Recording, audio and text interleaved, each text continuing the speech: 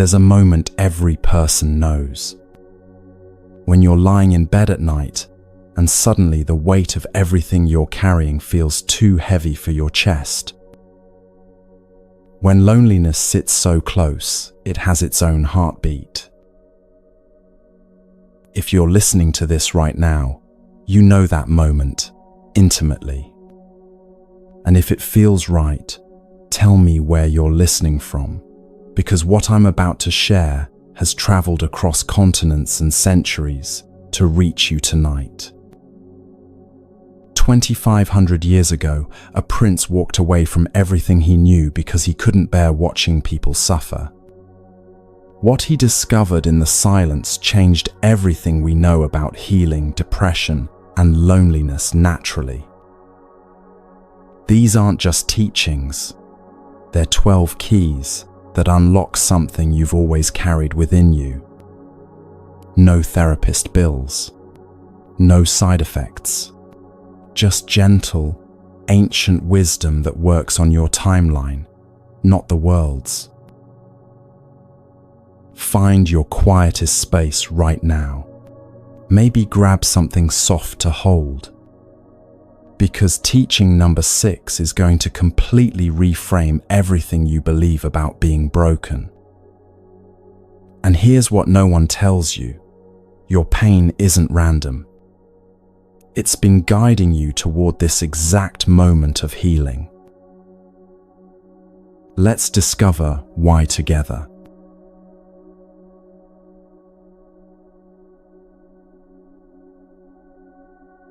What if I told you that your deepest pain is actually trying to heal you?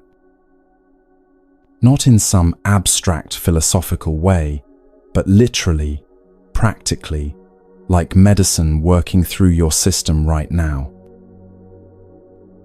I know that might sound impossible when you're in the thick of it. When depression feels like a heavy blanket you can't throw off. When loneliness echoes in every room you enter. But stay with me here, because what I'm about to share could change everything. There's a universal human experience that transcends age, culture, and circumstance. It's the moment when life strips away something we thought we needed to be okay. Maybe it's a relationship that ends suddenly, a dream that doesn't unfold as planned, a loss that leaves us questioning everything we believed about ourselves. In those moments, we feel broken, like something fundamental has gone wrong with our lives. But what if those moments aren't breakdowns at all? What if they're breakthroughs in disguise? This is what the Buddha discovered 2,500 years ago under that Bodhi tree. He looked directly at suffering and saw something extraordinary. It wasn't punishment. It was information. The Buddha said, "Pain is inevitable, but suffering is optional." What he meant was this: life will bring challenges, losses, disappointments. That's the pain, unavoidable, human, natural. But suffering, that's what happens when we resist the pain, when we make it mean something about our worth, when we let it convince us we're broken. Think about how your body heals a cut. It doesn't judge the wound or feel ashamed of being injured. It simply begins the natural process of healing, sending white blood cells, forming new tissue, gradually closing the gap. Your emotional being has this same innate wisdom. But we've been taught to fear our pain, to numb it, to push it away as quickly as possible. We've learned to see depression as a malfunction rather than a message. Loneliness as a flaw rather than a call toward authentic connection. What if we've had it backwards this whole time? Your body knows how to heal cuts without your conscious intervention. Your heart knows how to heal wounds the same way, naturally, organically, if you let it. But first, you have to stop fighting the healing process. Consider the person who loses something they thought defined them. In the forced stillness that follows, they often discover something profound. Their suffering wasn't random, it had been pointing them toward a life that actually fits their heart. Sometimes, what we call our worst moments become the doorways to everything we've been searching for. This is the first noble truth the Buddha taught. Life contains suffering. But he didn't say this to depress us. He said it to liberate us. Because once you stop being surprised by difficulty, once you stop taking it personally, you can begin to listen to what it's teaching you. Suffering isn't punishment, it's enrollment in wisdom school. And the curriculum is always perfectly designed for what you need to learn. The loneliness you feel, it might be showing you how much you've been hiding your true self to fit in. The depression weighing on your chest, it could be your spirit's way of saying, this life doesn't fit who you really are. Your pain is not your enemy. It's your teacher, and like any good teacher, it keeps showing up until you learn the lesson. But here's what's beautiful about natural healing. You don't have to figure it all out at once. You don't need to analyze every feeling or solve every problem tonight. You just need to stop running from what you're experiencing and start listening to it. When you feel that familiar ache rising in your chest, instead of immediately reaching for a distraction, try this. Place your hand over your heart. Take 3 slow breaths and ask gently, what are you trying to tell me? Don't demand an answer. Don't force clarity. Just listen with the same compassion you'd offer a dear friend who was hurting. Because that's exactly what you're doing, befriending your own pain. The Buddha also taught that everything has Buddha nature, the innate capacity for awakening and wisdom. That includes your suffering. Hidden within every painful experience is a seed of understanding that can transform not just your circumstances, but your entire relationship with life.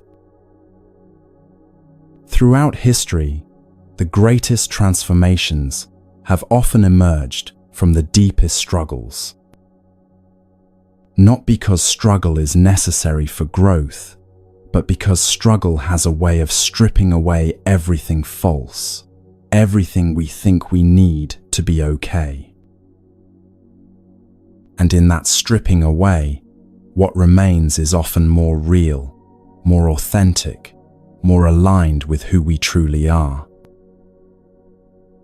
Your suffering is not evidence that something is wrong with you. It's evidence that you're alive, feeling, growing. It's proof that you haven't numbed yourself to the point of spiritual sleep. Think of a broken bone. It hurts terribly when it's healing, but that pain is actually the bone growing back stronger than it was before. Your emotional healing works the same way. The intensity you feel isn't damage, it's regeneration. This doesn't mean you should seek out suffering or glorify pain. It means when suffering arrives, and it will, because you're human, you can meet it differently. With curiosity instead of resistance. With gentleness instead of judgment. With trust that your heart knows how to heal, just like your body knows how to mend a cut. There's an ancient story about a farmer whose horse ran away. His neighbors said, "How terrible." The farmer replied, "Maybe so, maybe not." The next day, the horse returned with 3 wild horses. The neighbors exclaimed, "How wonderful!" Again, the farmer said, "Maybe so, maybe not." This story reminds us that we rarely know in the moment whether what feels like disaster might actually be redirection. Whether what looks like an ending might be a beginning. The most profound healing happens not when we eliminate pain, but when we transform our relationship with it. When we stop seeing it as the enemy and start recognizing it as the teacher. Your pain has been trying to get your attention for a reason. Not to punish you, but to guide you. Not to break you down, but to help you break through to something truer, deeper, more authentically you. The Buddha taught that within every person lies the seed of awakening. Sometimes it takes the fertile ground of difficulty for that seed to sprout. Your struggles aren't obstacles to your peace. They might be the very pathway to it. But what happens when that pain feels endless? When the lessons feel too hard and the healing seems to take forever? Teaching number 2 changes everything about how you understand the temporary nature of all emotional weather. We're about to discover why even your deepest depression is more like a passing storm than a permanent sky.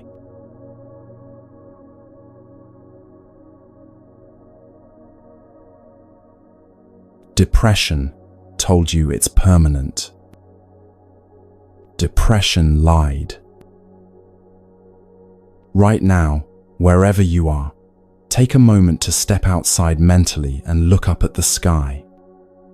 If you can't see it, imagine it. Notice how it stretches endlessly in every direction, vast and open, and always there. Now notice the weather.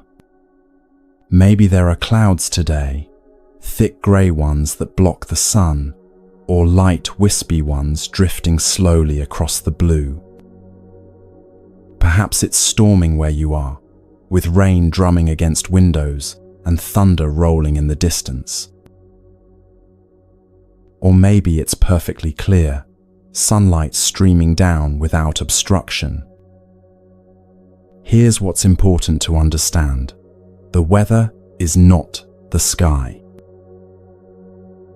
The clouds, no matter how dark, cannot damage the sky. The storm, no matter how fierce, cannot diminish the sky's vastness. Even when the weather completely obscures your view, the sky remains untouched, unchanged, eternal. You are like that sky. And your emotions, your sadness, your anxiety, your loneliness, your despair, they are like the weather. This isn't just a pretty metaphor. This is one of the most liberating truths the Buddha ever taught, and it can change your life in the next few minutes if you really hear it. The Buddha called this teaching impermanence, anicca in the ancient language. Everything that arises in your experience will also pass away. Every emotion, every thought, every sensation, is temporary by its very nature. But we forget this when we're in the middle of an emotional storm. When depression settles over you like thick fog, it whispers the cruelest lie. This is how it will always be. When anxiety grips your chest, it insists, you'll never feel safe again. When loneliness sits beside you in the dark, it murmurs, no one will ever understand you. But these are not truths. They are simply the voice of temporary weather trying to convince you it's permanent sky. Think about the last time you had a fever. Your body temperature rose, you felt weak and achy, everything seemed overwhelming. But your body's wisdom knew exactly what to do. It didn't fight the fever, it allowed it to run its course. And naturally, organically, without any force or effort on your part, the fever broke. Your temperature returned to normal, your strength came back, the aches faded away. Emotional healing works exactly the same way. Like fever breaking naturally, emotions clear when allowed to move through you without resistance. But we've been taught to fear our emotional weather. We've learned to see sadness as a problem to solve, anxiety as an emergency to fix, loneliness as evidence that something is wrong with us. So, we fight, we resist, we try to force sunshine when what we need is to let the storm pass naturally. Here's the profound shift that changes everything. You are not your emotions. You are the awareness that experiences them. You're not depressed. You're experiencing depression. You're not anxious. You're experiencing anxiety. You're not broken. You're experiencing brokenness. Can you feel the difference? One makes you the victim of your emotions. The other makes you the witness of them. One tells you, this is who you are. The other reminds you, this is what you're going through. When you understand that you are the sky, not the weather, something profound shifts. You stop taking your emotions so personally. You stop believing they define you. You begin to watch them with compassion instead of fear, with curiosity instead of judgment. Let me guide you through a simple practice right now. This is something you can do anywhere, anytime you feel overwhelmed by emotional weather. Find a comfortable position and close your eyes if that feels safe. If not, just soften your gaze. Take a slow, deep breath in through your nose. Hold it gently for a moment. Then release it slowly through your mouth, like you're exhaling through a straw. Now, whatever you're feeling right now, sadness, anxiety, numbness, restlessness, don't try to change it. Instead, imagine it as weather moving through the vast sky of your awareness. If you're feeling heavy, imagine that heaviness as thick clouds. See them drifting slowly across your inner sky. If you're feeling restless, picture that energy as wind, strong perhaps, but not destructive. If you're feeling nothing at all, visualize that numbness as a gentle, quiet snow falling softly. Breathe with whatever weather is here. Don't fight it. Don't try to blow the clouds away. Just be the sky that holds it all with infinite space and patience. Notice that no matter what weather is present, you, the awareness watching it, remain calm, spacious, untouched. The clouds cannot hurt the sky. The storm cannot diminish its vastness. And your emotions, no matter how intense, cannot damage the essential you. Stay here for a few more breaths. In, out, watching, allowing, being the sky. Anyone else feeling this shift right now? This gentle remembering that you are so much vaster than whatever you're experiencing. Drop a comment if this is landing for you. There's something powerful about recognizing we're all learning to be the sky together. The Buddha taught this truth through his own experience. Even after his awakening, he still experienced the full range of human emotions. He felt sadness when loved ones died. He experienced physical pain when he was ill. He felt disappointment when people couldn't understand his teachings. But he never forgot that these experiences were weather, not his true nature. This understanding doesn't make you cold or detached. It makes you free. Free to feel fully without drowning.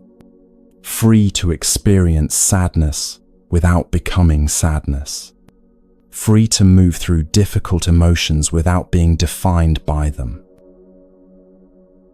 Think about the ocean during a storm. The surface might be churning with massive waves, chaotic and violent. But dive down just a few feet and you'll find calm, steady currents. Go deeper still, and there's profound stillness, untouched by whatever chaos might be happening above. Your emotional storms happen at the surface, but deeper within you, there's always calm, always stillness, always peace. And the more you practice being the sky instead of the weather, the easier it becomes to access that deeper calm, even in the middle of difficult emotions. This doesn't mean you should suppress your feelings or pretend they don't matter. Your emotions carry important information. They deserve to be felt, acknowledged, honored. But they don't deserve to be your master. When sadness comes, welcome it. Feel it fully. Let it move through you like rain through the sky. When anxiety arrives, breathe with it. Give it space to exist without letting it convince you that danger is everywhere. When loneliness sits with you, offer it compassion. Let it remind you of your deep need for connection without believing it means you're fundamentally alone. There's an ancient Buddhist teaching that says, "This too shall pass." 4 simple words that contain infinite wisdom. When you're in joy, remember, this too shall pass, so savor it fully. When you're in pain, remember, this too shall pass, so you don't need to fear, it will last forever. Your depression will lift, just like fog burns off in the morning sun. Your anxiety will settle, just like choppy waters smooth out after a storm. Your loneliness will ease, just like winter always gives way to spring. But you don't have to wait for the weather to change to feel peace. Peace is always available in your recognition that you are the sky, vast, open, unchanging, no matter what temporary conditions are moving through you. The next time you feel overwhelmed by emotion, try this simple shift in language. Instead of saying, "I am sad," say, "Sadness is visiting me." Instead of, "I am anxious," try, "Anxiety is moving through me." Instead of, "I am depressed," practice, "Depression is here, right now." This isn't just semantics. It's a fundamental shift in identity that can transform your entire experience of difficult emotions. You stop being the victim of your inner weather and become the compassionate witness of it. Speaking of things that feel permanent but aren't, there's another experience that often convinces us we're fundamentally alone in the world. But what if loneliness isn't actually the problem we think it is? What if it's been trying to guide us towards something beautiful all along? Teaching number 3 reveals the hidden gift waiting inside your loneliest moments.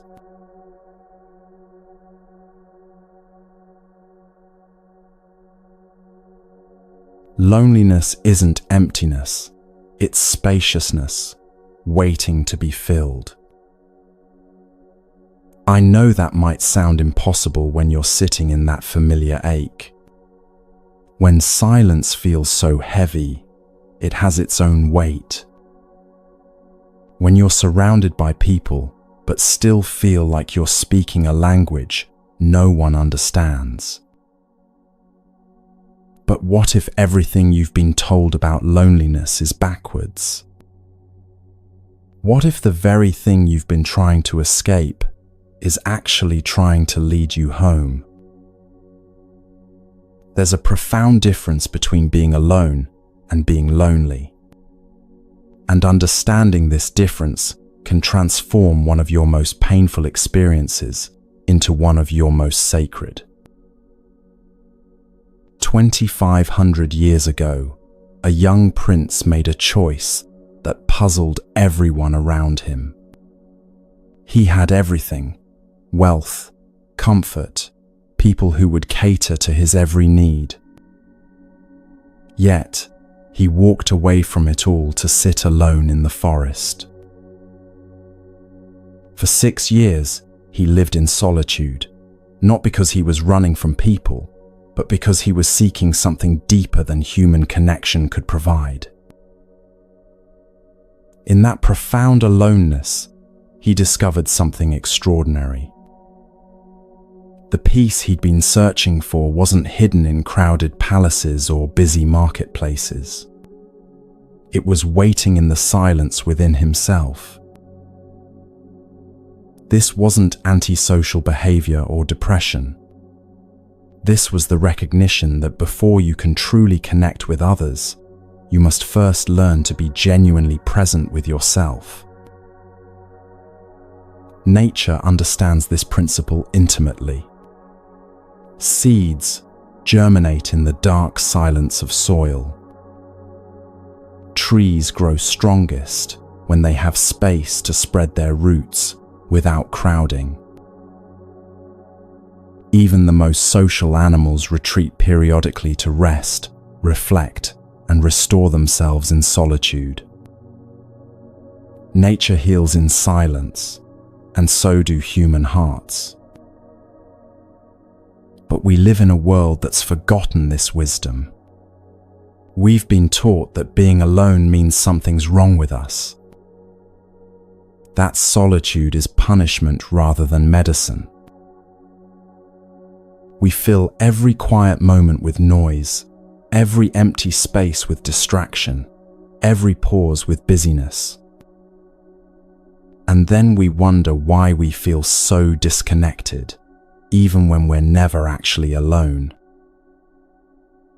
The loneliness you feel isn't a sign that you're broken or unwanted.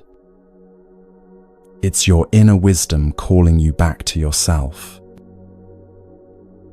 It's an invitation to come home to the one relationship that will never leave you, the relationship with your own presence. Think about what loneliness actually feels like in your body. There's often a hollow sensation in your chest, isn't there? A sense of space that feels empty, aching to be filled. But what if that space isn't empty at all? What if it's spacious? There's a profound difference between emptiness and spaciousness. Emptiness feels lacking, desperate, hungry. Spaciousness feels open, peaceful, full of potential.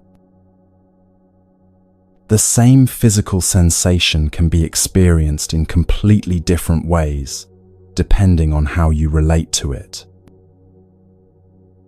When you're feeling lonely, instead of immediately reaching for your phone or planning your next social interaction, try this. Sit quietly with that sensation in your chest. Breathe into it gently. Instead of calling it emptiness, call it spaciousness.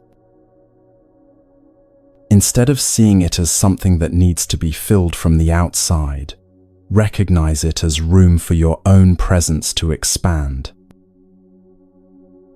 The cure for loneliness isn't more people, it's more presence. This is one of the most counterintuitive truths you'll ever hear, but it's also one of the most liberating. When you learn to be genuinely present with yourself, when you discover that your own company can be nourishing rather than torturous, something magical happens. You stop being desperate for connection and start being available for it. There's a world of difference between connecting with people because you need them to fill your emptiness and connecting because you have presence to share. One comes from lack, the other from abundance. One leads to clingy, anxious relationships. The other creates space for genuine intimacy. But how do you learn to befriend your own solitude? How do you transform loneliness from enemy to ally? It starts with changing the story you tell yourself about being alone. Instead of, "No one wants to be with me," try, "I'm learning to enjoy my own company." Instead of, "I'm so lonely," practice, "I'm discovering what it means to be present with myself." Here's a gentle practice you can try right now. The next time you find yourself alone, instead of immediately reaching for entertainment or distraction, pause. Look around the space you're in as if you're seeing it for the first time. Notice 5 things you can see. Really see them, not just glance at them. Notice 4 things you can touch: the texture of your clothes, the temperature of the air on your skin. Notice 3 things you can hear. Maybe it's traffic outside, or the hum of appliances, or the sound of your own breathing. Notice 2 things you can smell. Notice 1 thing you can taste. This simple exercise brings you fully into the present moment, where loneliness cannot survive. Because loneliness lives in stories about the past or worries about the future.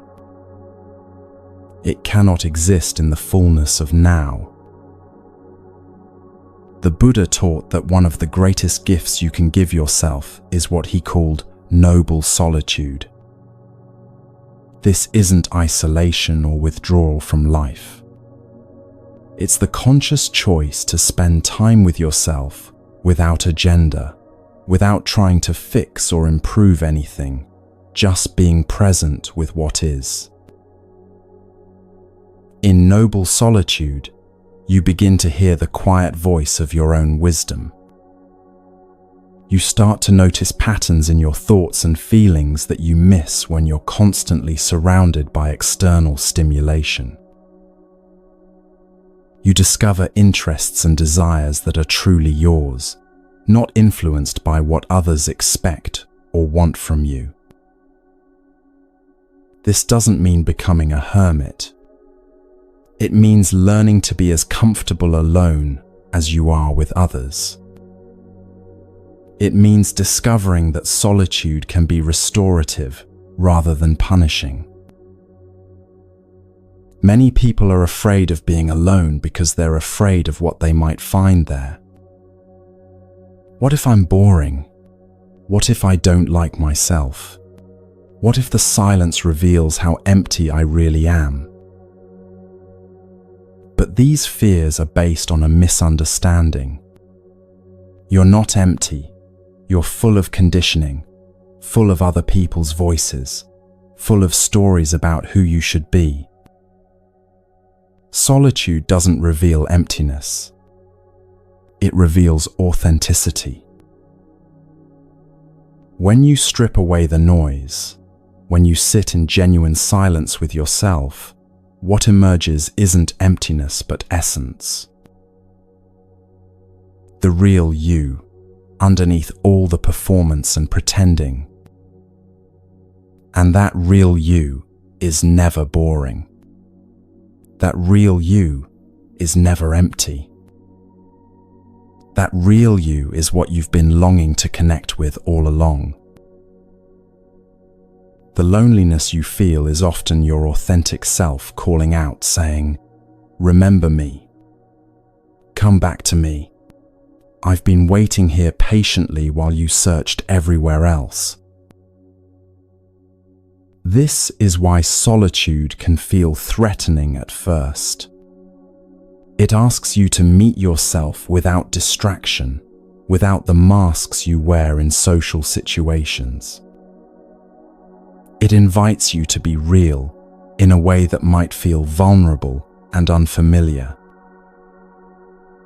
But here's what's beautiful about natural healing. It happens gradually, gently, at your own pace. You don't have to dive into deep solitude all at once. Start small. Spend 5 minutes in the morning sitting quietly before checking your phone. Take a short walk without music or podcasts. Eat a meal in silence, really tasting your food. Notice that these moments don't diminish you, they expand you. They don't make you lonelier, they make you more present. They don't isolate you from the world, they help you show up more authentically when you do connect with others. The Buddha spent those 6 years in the forest not because he disliked people, but because he understood something profound. The quality of your relationship with others can never exceed the quality of your relationship with yourself. When you're at peace in your own company, you stop using relationships to escape yourself. You start using them to express yourself. When you're comfortable in solitude, you stop settling for connections that drain you just to avoid being alone. You start choosing relationships that nourish and inspire you. Loneliness, when approached with awareness, becomes a doorway to the most important relationship you'll ever have, the one with your own presence. And from that foundation of self-companionship, all other relationships become richer, more authentic, more fulfilling. Your loneliness isn't punishment for being unlovable. It's an invitation to discover that you've never been alone at all. You've always had yourself. You've always had this moment. You've always had your breath, your awareness, your capacity to be present. The spaciousness you feel in loneliness isn't waiting to be filled by someone else. It's waiting to be recognized as the natural state of your open heart. Now that solitude feels different, now that loneliness has revealed itself as a teacher rather than a tormentor. Let's address what keeps us stuck in patterns that no longer serve us. Because there's something we hold on to even tighter than our need for company. Teaching number 4 reveals why your greatest source of suffering might be your unwillingness to let go of what's already leaving.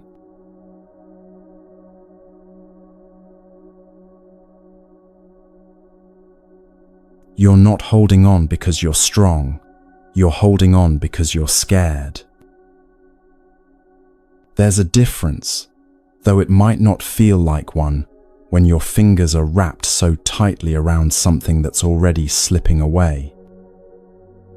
When your heart is clinging to a relationship that's clearly ending. When your mind is replaying a conversation from last week, trying to change words that have already been spoken. When you're gripping an identity that no longer fits who you're becoming.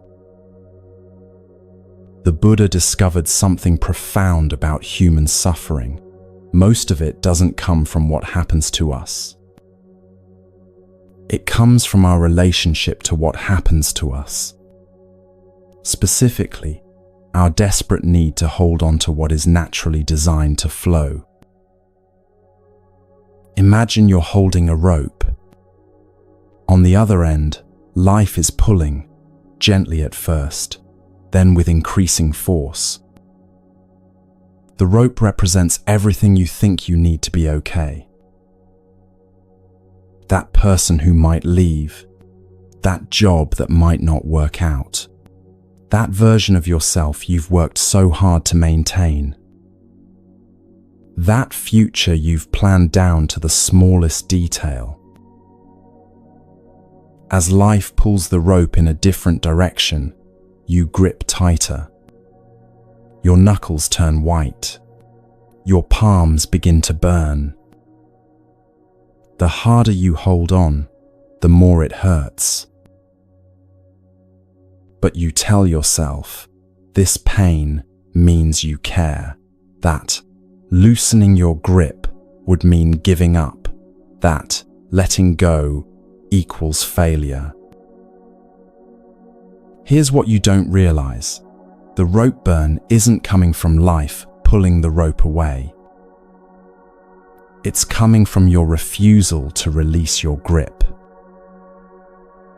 In autumn, trees perform one of nature's most beautiful acts of letting go. They don't cling to their leaves out of fear that winter will be too harsh. They don't hold on because they're attached to how beautiful they looked in summer. They simply release what no longer serves them, trusting that this apparent loss is actually preparation for new growth. Trees shed leaves naturally, and we can shed attachments with the same organic wisdom. But we've forgotten how to let go gracefully. We've been taught that holding on means strength, that persistence always pays off, that quitting is for losers. So we grip and grasp and strain against the natural flow of life until we're exhausted, bitter, and convinced that the universe is working against us. The truth is more gentle and more liberating than you might imagine. Letting go isn't loss, it's liberation. This doesn't mean becoming passive or giving up on things that matter to you. It means learning the difference between holding and strangling, between commitment and attachment, between love and possession.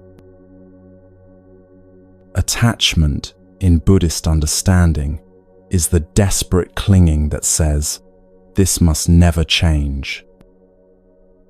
Love, on the other hand, says, "I care deeply about this, and because I care, I want what's truly best for it, even if that means it needs to grow beyond me."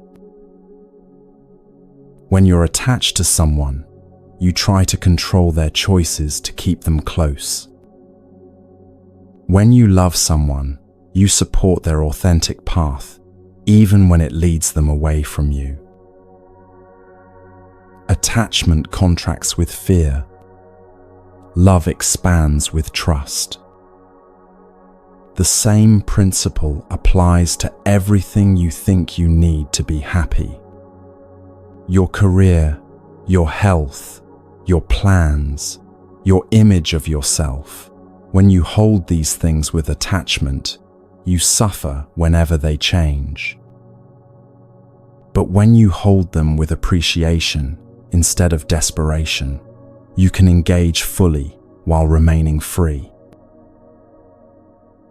Here's a gentle practice that can transform your relationship with letting go.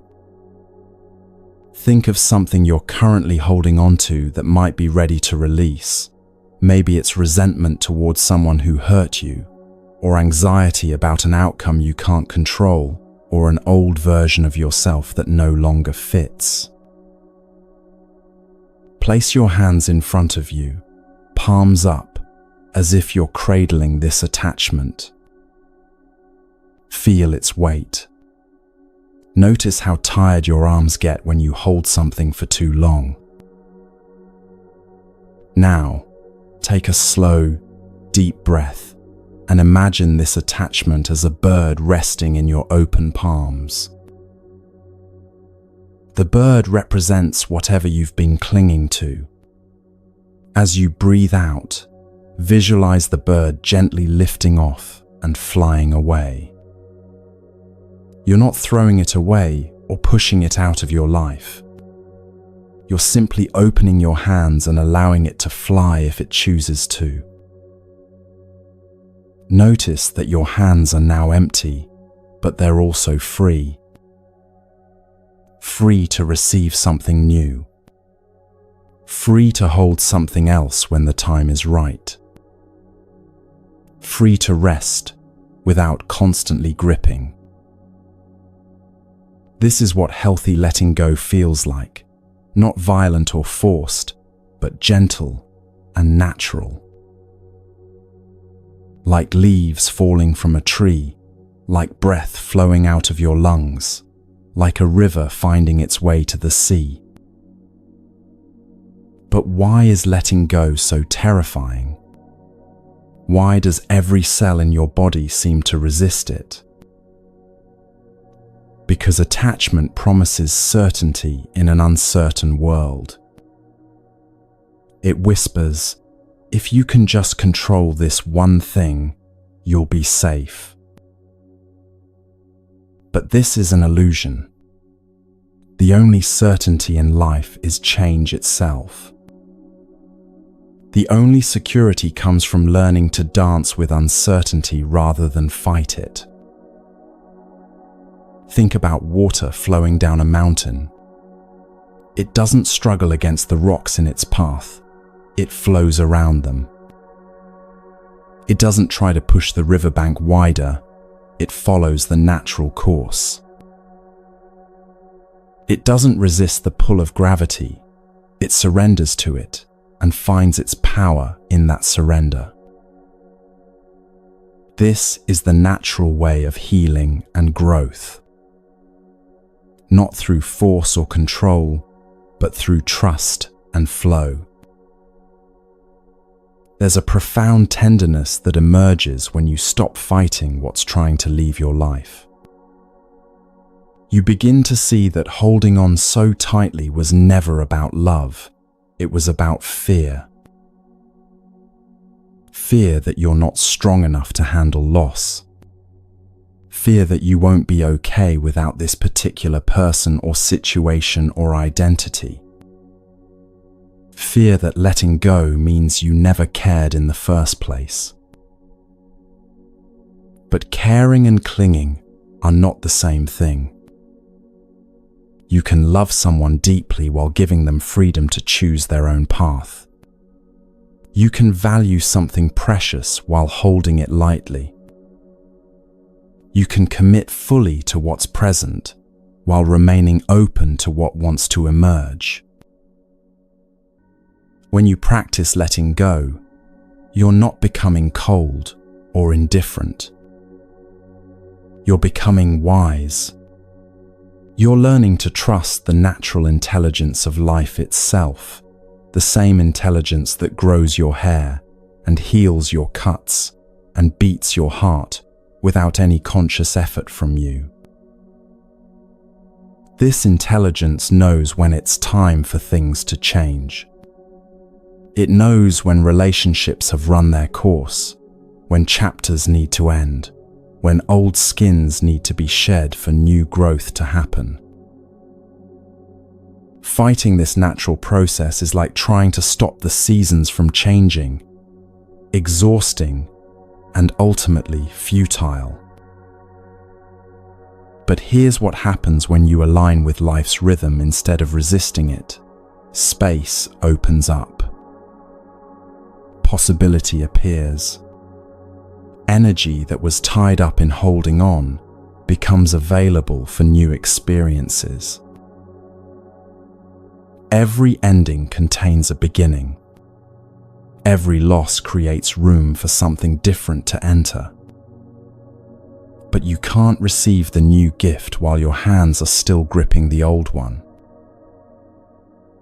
Letting go is not about not caring. It's about caring so much that you want truth more than comfort, growth more than security, love more than possession. It's about trusting that you are resilient enough to handle whatever comes next. And you are. More resilient than you know. Stronger than your attachments. Vaster than your need to control. The Buddha taught that all suffering comes from attachment to the impermanent. But he also taught that liberation comes from recognizing the impermanence and learning to flow with it rather than fight it. This doesn't happen overnight. Letting go is a practice, not a one-time event. Some days, you'll grip tightly out of habit or fear. Other days, you'll remember to open your hands and trust the process. Both are part of the journey. Be patient with yourself as you learn this new way of being. Be gentle with the parts of you that are afraid to let go. They've been trying to protect you in the only way they know how. When we release our death grip on how we think life should unfold, we create space for something magical to happen. We discover that peace doesn't come from getting what we want, it comes from wanting what is. And what is, in this very moment, is always enough when we're not demanding it be different.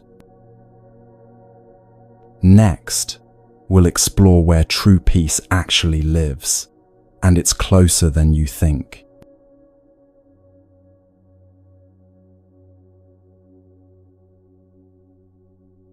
Peace isn't hiding in your future, it's been waiting in your breath. Right now, as you listen to these words, peace is available to you. Not when you finish this audio, not when you solve your problems, not when you feel better or figure everything out. Right here, in this moment, as air moves gently in and out of your lungs. But your mind has convinced you otherwise, hasn't it? It's told you that peace is something you earn, something you achieve, something waiting at the end of a very long to-do list. Your mind has been a time traveler, pulling you into yesterday's regrets or tomorrow's worries, anywhere but the only place life is actually happening. Here's a truth that might surprise you. Your mind can only create suffering when it's somewhere other than now. Anxiety lives in tomorrow. It feeds on what-if scenarios and imagined disasters that haven't happened and may never happen. Depression lives in yesterday.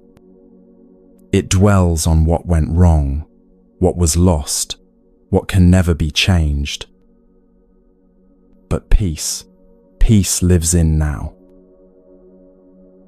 Every cell in your body regenerates in the present moment, and so does peace. Not through thinking about peace or planning for peace, but through arriving here, wherever here is for you, right now. Take a moment to notice where you are. Really notice, as if you're seeing this space for the first time. Feel the surface beneath you. Is it soft, firm, warm, cool? Listen to the sounds around you without trying to label or judge them. Maybe there's traffic outside, or the hum of electricity, or the sound of your own heartbeat if you listen closely enough. Feel the air against your skin. Notice the temperature, the subtle movement of air currents you might normally ignore. This is presence. This is the medicine your anxious mind has been desperately seeking everywhere except where it actually lives. The Buddha spent years studying with different teachers, practicing extreme disciplines, searching for enlightenment in elaborate techniques and complex philosophies. But his awakening came in the simplest possible way, by sitting still and being completely present with what was happening in that moment. Under the Bodhi tree, he stopped trying to get somewhere else and finally arrived where he had always been. This is the profound healing available to you right now. Not through changing your circumstances, not through fixing your past or controlling your future, but through fully inhabiting this moment. Let me guide you through a simple practice that can shift your entire nervous system in just a few minutes. It's something you can do anywhere, anytime you feel pulled away from peace. Find something warm to drink if you can. Tea, coffee, even a glass of warm water. If you don't have anything warm nearby, that's perfectly fine. Just imagine holding a warm cup in your hands. First, before you take a sip, simply hold the cup and feel its warmth. Notice how the heat travels through the ceramic or glass into your palms. Let your fingers wrap around the cup, feeling each point of contact. This is your anchor to the present moment. Now bring the cup close to your face. Breathe in the steam and notice any scent. Maybe it's the earthy richness of tea, the roasted warmth of coffee, or simply the clean smell of warm water. Let your eyes soften as you watch the steam rise and curl in patterns that will never repeat exactly the same way again. Take a small sip and let the liquid rest on your tongue for a moment before swallowing. Feel the warmth as it travels down your throat. Notice how your body receives this simple gift of warmth and nourishment. As you continue to drink slowly, pay attention to how each sip is slightly different. The temperature might change. The flavor might shift. Your experience of it deepens with attention. This is meditation. Not something exotic or complicated, but this simple act of being fully present with a basic human experience. And notice, in these moments of complete presence, where are your worries? Where is your anxiety about tomorrow or your sadness about yesterday? They can't exist here. Not because you've pushed them away, but because presence naturally dissolves the stories that create suffering. Your mind will resist this at first. It will tell you this is boring, that you have important things to think about, that you can't afford to just sit and drink tea when there are problems to solve. But that voice is the same one that's been keeping you trapped in cycles of anxiety and depression. It's the voice that's convinced you peace is always somewhere else. What if you didn't have to believe that voice? What if you could thank it for trying to help, and then gently return your attention to the warmth in your hands, the breath in your lungs, the life flowing through your body right now? The present moment isn't just where peace lives, it's where healing happens. Your body can only repair itself now. Your heart can only open now. Your mind can only find clarity now. All the therapy in the world, all the planning and analyzing and figuring out can only ever happen in present moments. But we've been trained to think that now isn't enough. We've learned to live in a constant state of postponement. I'll be happy when, I'll feel peaceful if, I'll be okay once. This postponement is a form of violence against your own life. It tells you that this moment, the only moment you actually have, is somehow insufficient. The Buddha taught that this is one of our deepest delusions. He called it the hungry ghost realm, always consuming, never satisfied, because we're looking for fulfillment in the wrong place. We're trying to feed the soul with thoughts about life instead of life itself. But life itself is happening right here, in the sensation of your clothes against your skin, in the rhythm of your breathing, in the way light and shadow play across whatever you're looking at.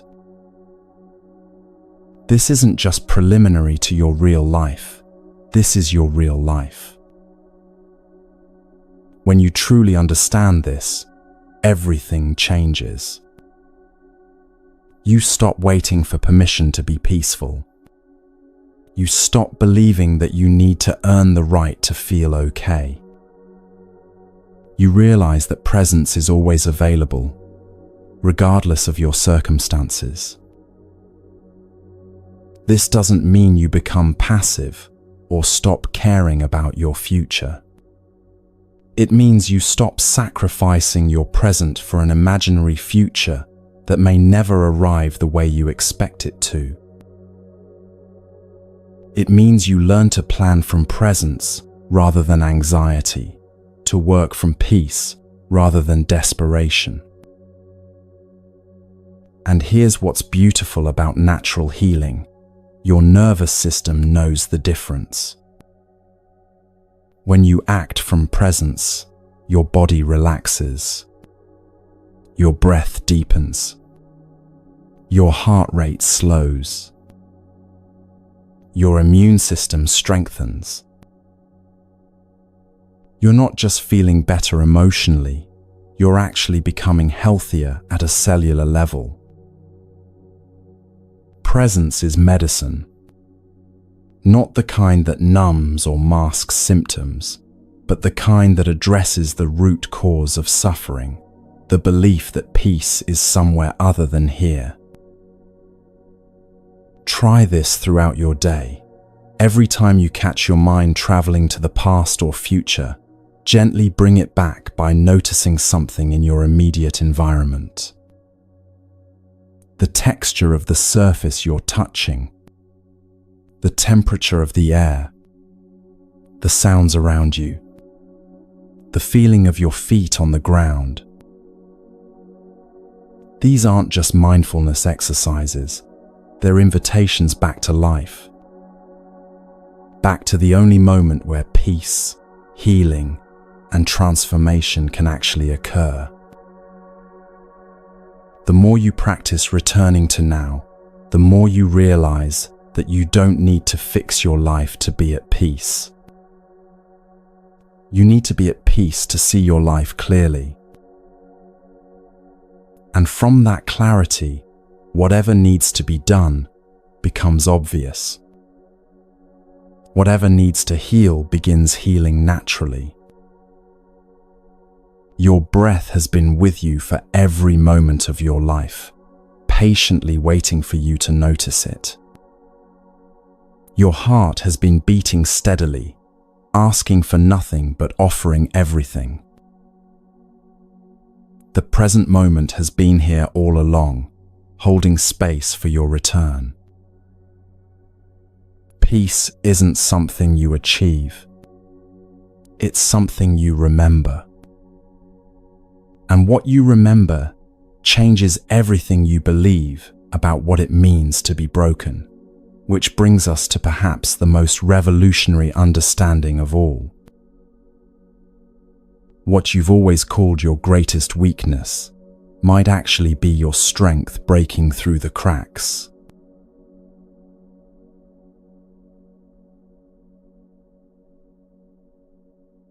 What you call falling apart is actually falling together.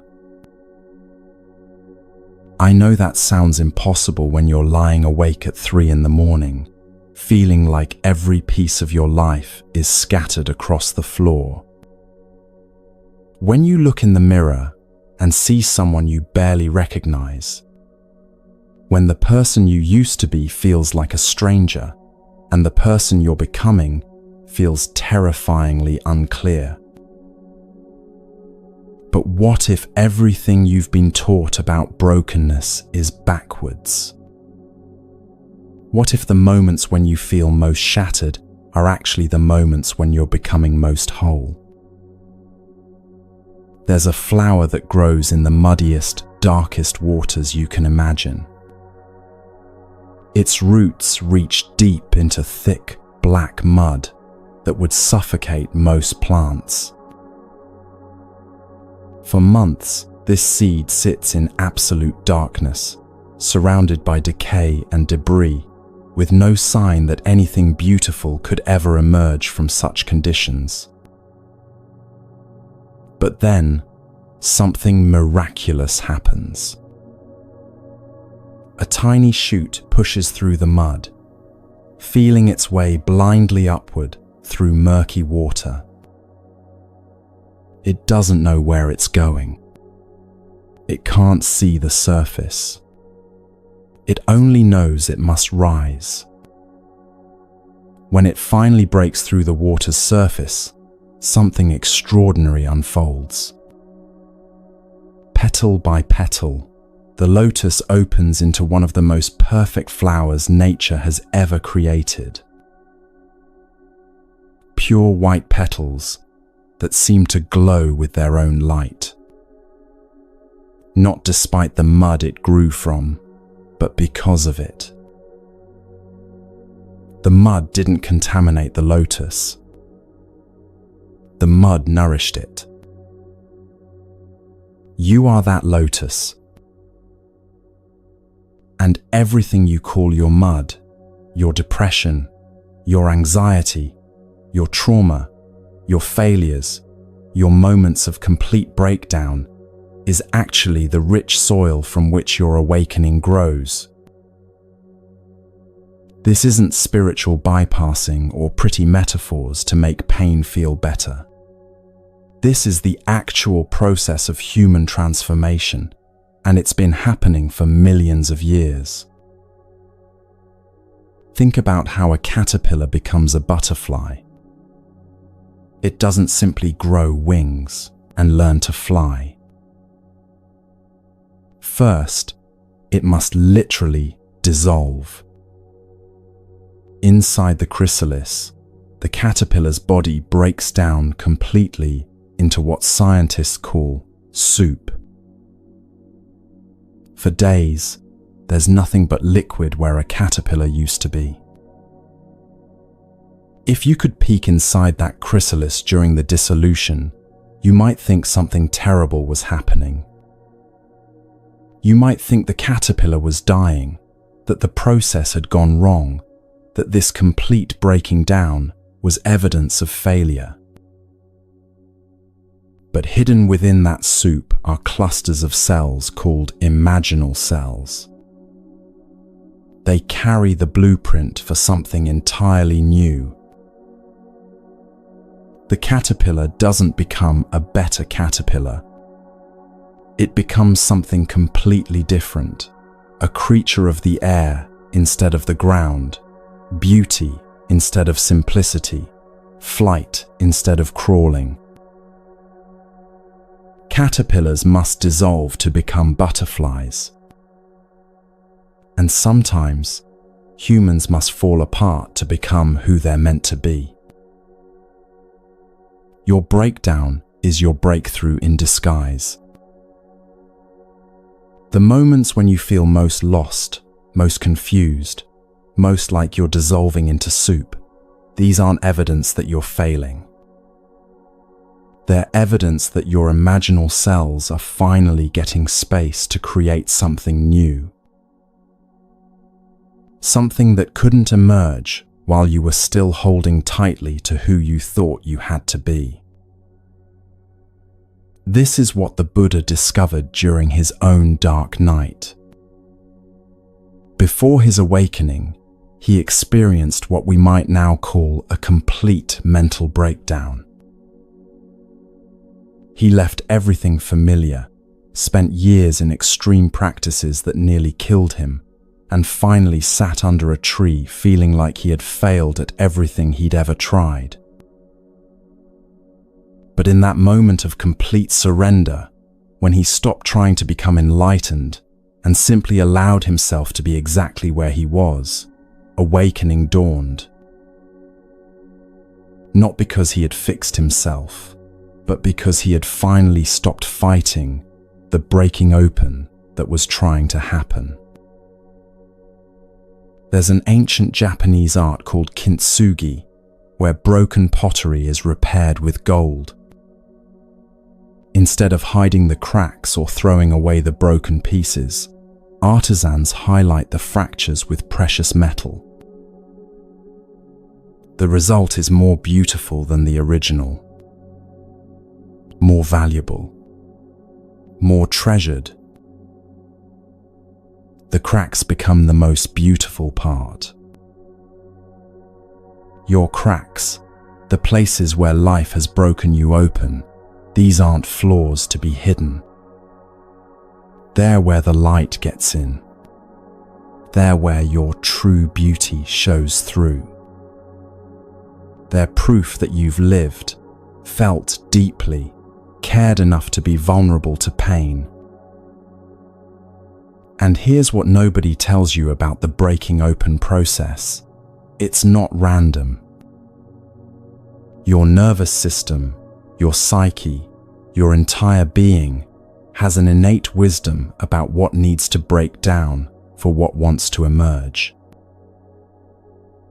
The identity that's crumbling, it was probably built on other people's expectations anyway.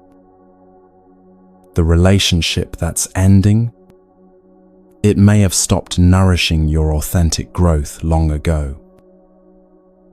The career that's not working? Perhaps your heart has been trying to tell you it's time for something that actually fits who you're becoming. Your breakdown isn't happening to you. It's happening for you. But I know it doesn't feel that way when you're in the middle of it. When you can't sleep because your mind won't stop racing. When you look at your life and nothing makes sense anymore. When you feel like everyone else has figured out how to be human and you're still struggling with the basics. Here's what I want you to know. You're not behind. You're not failing. You're not doing life wrong. You're exactly where you need to be for your unique awakening to unfold. Some people awaken gradually, like a slow sunrise.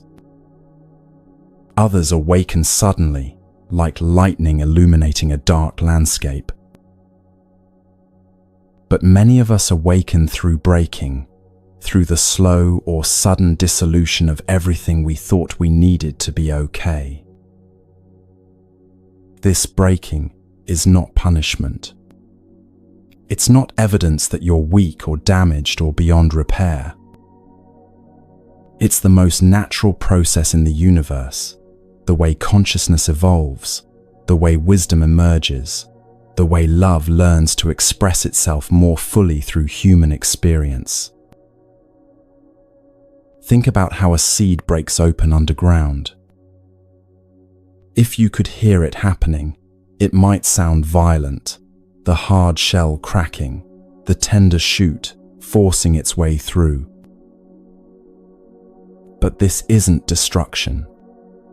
This is birth. The seed doesn't break because something is wrong with it. It breaks because something is finally ready to grow. You are breaking open because something in you is ready to grow. Something that couldn't emerge while you were still contained in your old shell. Something more authentic, more aligned, more truly you than you've ever been able to be before. The depression that feels so heavy. It might be your psyche's way of slowing you down enough to listen to what your heart has been trying to tell you. The anxiety that won't stop. It could be excitement about who you're becoming, filtered through old patterns of fear. The loneliness that aches so deeply. Perhaps it's clearing space for a more authentic way of connecting with yourself and others. Every symptom of your breaking down might actually be a symptom of your breaking through. This doesn't mean you should stop seeking support or avoid taking care of your mental health. It means you can seek help from a place of empowerment rather than pathology. You can get support for your awakening process instead of just trying to get back to who you used to be. Because who you used to be might have been beautiful, but who you're becoming is your birthright. The Buddha taught that everyone has Buddha nature, the innate potential for awakening that can never be damaged or destroyed.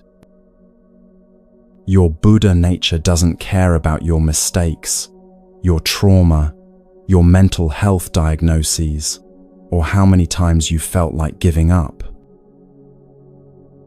It's been waiting patiently your entire life for the right conditions to emerge. Sometimes, those conditions look like success and happiness. But often, they look like breakdown and dissolution. Often, it takes the composting of who we thought we were to create the rich soil for who we actually are.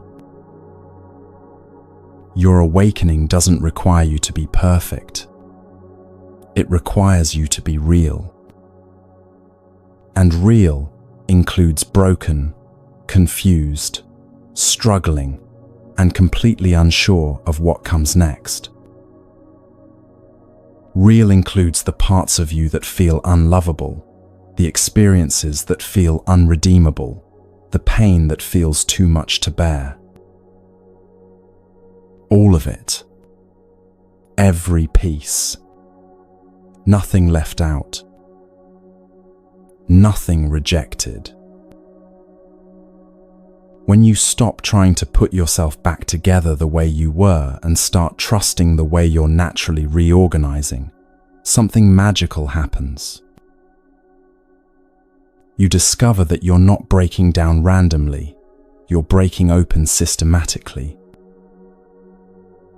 What's falling away was never truly yours to begin with. What's emerging has been waiting your whole life to be born. Look around at nature during spring. Nothing apologizes for breaking through the earth.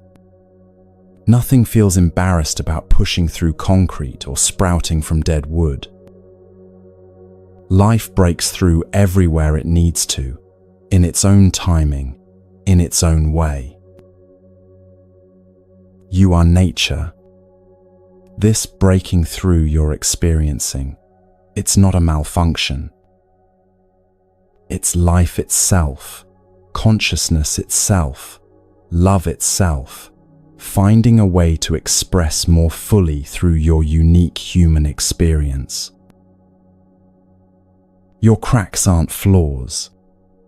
They're fault lines where new worlds are being born. Your breakdown isn't evidence of weakness. It's evidence that you're brave enough to let something old die so something new can live. This awakening process reveals something you've always had, but may have forgotten, an unbreakable core that remains steady no matter what storms pass through your life. A peace that doesn't depend on circumstances. A love that includes even your most difficult moments. A strength that grows not from avoiding brokenness, but from learning to be whole within it. You're not falling apart. You're falling into truth. And that truth is about to show you something extraordinary about where real love begins.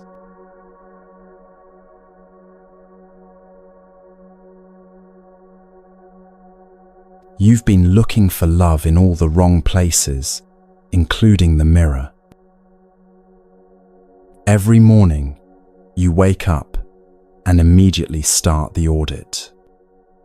Am I good enough today? Did I accomplish enough yesterday? Do I look acceptable? Am I worthy of love today, or do I need to earn it first?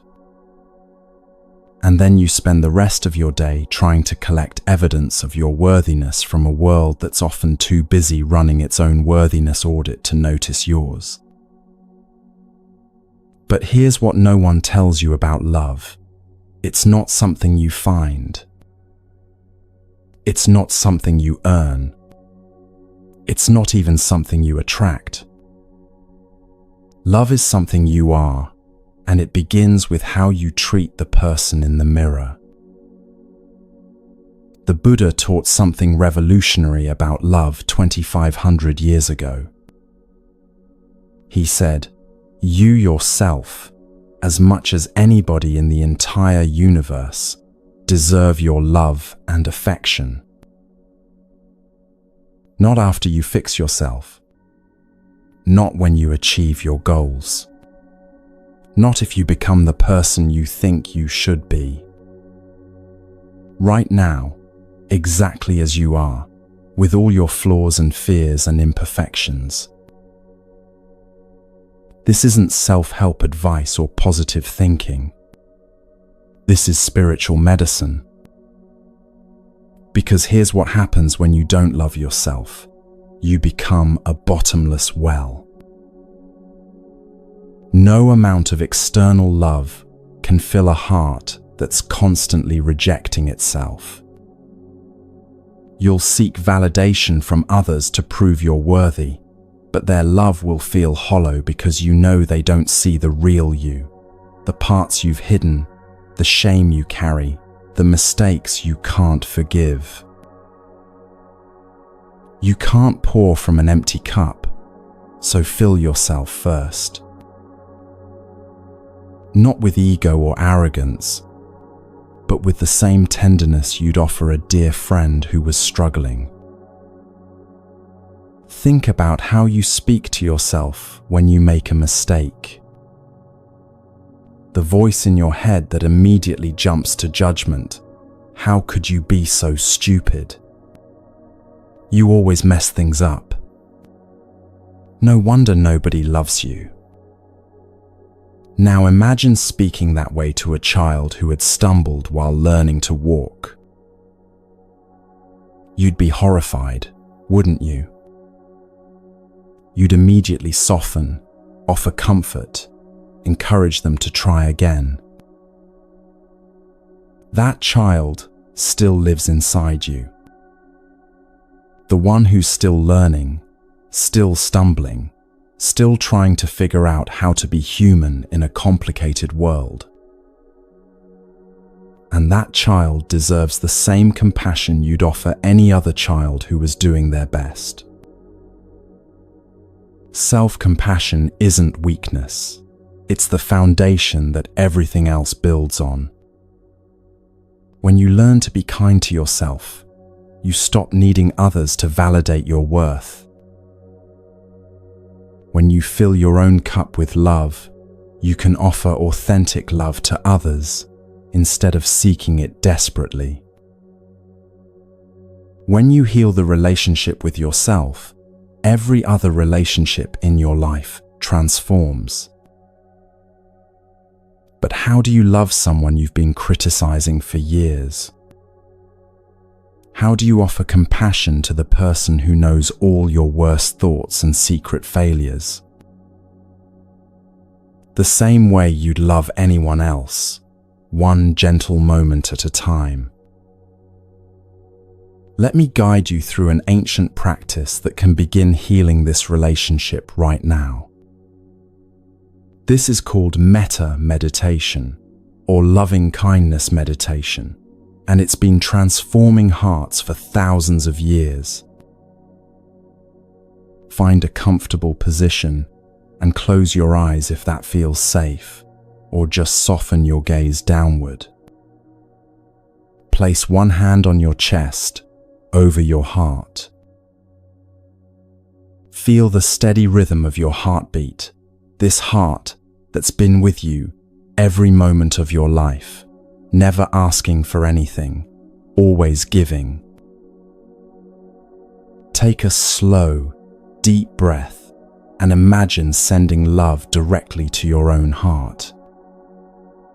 Start with these simple phrases, saying them silently to yourself with as much genuine warmth as you can muster. May I be happy. Let those words settle into your heart like warm honey. May I be healthy. Feel the wish for your own well-being. May I be safe. Offer yourself the same protection you'd want for someone you love.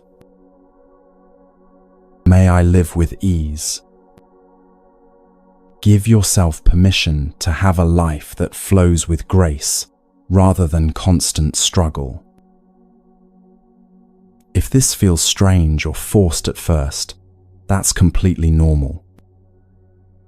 You might notice resistance, a voice that says you don't deserve these good wishes. That's just old conditioning talking. Keep going anyway. You're not trying to feel anything in particular. You're just planting seeds of kindness in the soil of your own heart. Repeat these phrases several more times. May I be happy. May I be healthy. May I be safe. May I live with ease. Notice if there's even the slightest softening happening. Maybe in your jaw, your shoulders, your chest. This is your nervous system beginning to remember what it feels like to be on your own side. Stop trying to earn love. You were born worthy of it. This isn't about becoming perfect or fixing all your flaws before you're allowed to love yourself. This is about recognizing that your worthiness isn't performance-based. You didn't have to earn the right to breathe when you were born. You don't have to earn the right to be treated with kindness, especially by yourself. Think about the people you love most in your life. Do you love them because they never make mistakes? Do you withdraw your love when they're struggling or having a bad day? Of course not. You love them because they exist, because they're uniquely themselves, because their presence matters to you. You deserve that same unconditional love from yourself. But loving yourself doesn't mean approving of everything you do or never wanting to grow. It means treating yourself with the same basic kindness you'd offer a good friend. When a friend makes a mistake, you don't stop loving them, you support them through it. When they're struggling, you don't abandon them, you show up with compassion. Self-love is showing up for yourself in the same way. It's putting your hand on your heart when you're anxious and saying, "This is hard right now, and that's okay." It's speaking to yourself the way you'd speak to someone you care about deeply. It's giving yourself permission to be human, messy, imperfect, still learning, still growing. Here's a simple practice you can use throughout your day. Whenever you catch yourself in self-criticism, pause and ask, what would I say to a dear friend going through this same experience? Then say those words to yourself. Instead of, "I'm such an idiot for making that mistake," try, "Everyone makes mistakes. This is how I learn." Instead of, "I look terrible today," practice, "I'm doing my best, and that's enough." Instead of "Nobody could love someone like me," whisper, "I am learning to love myself, and that changes everything." This might feel awkward at first, like speaking a foreign language. That's because for many of us, self-compassion is a foreign language. We've been fluent in self-criticism for so long that kindness toward ourselves feels unfamiliar, even suspicious. But just like learning any new language, the more you practice, the more natural it becomes. And as self-compassion becomes your native tongue, something beautiful happens. You stop seeking validation from others because you're no longer rejecting yourself. You stop settling for crumbs of affection because you know what it feels like to be truly nourished. Your body knows how to heal a cut without your conscious effort.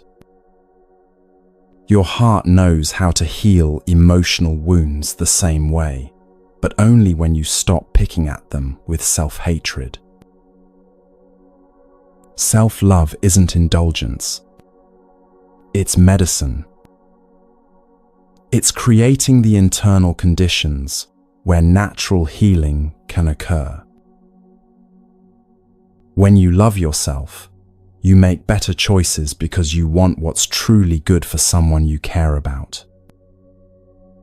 You set healthier boundaries because you value your own well-being.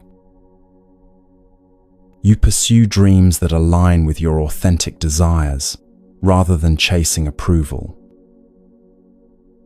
You attract people who can love you authentically because you're no longer hiding behind masks.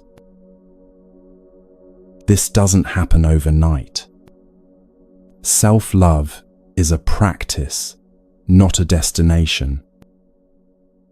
Some days, you'll remember to be kind to yourself. Other days, you'll fall back into old patterns of self-criticism. Both are part of the journey. The goal isn't perfection. The goal is progress. It's catching yourself in self-judgment a little sooner each time. It's speaking to yourself with slightly more kindness today than you did yesterday. It's slowly, gently changing the voice in your head from critic to companion.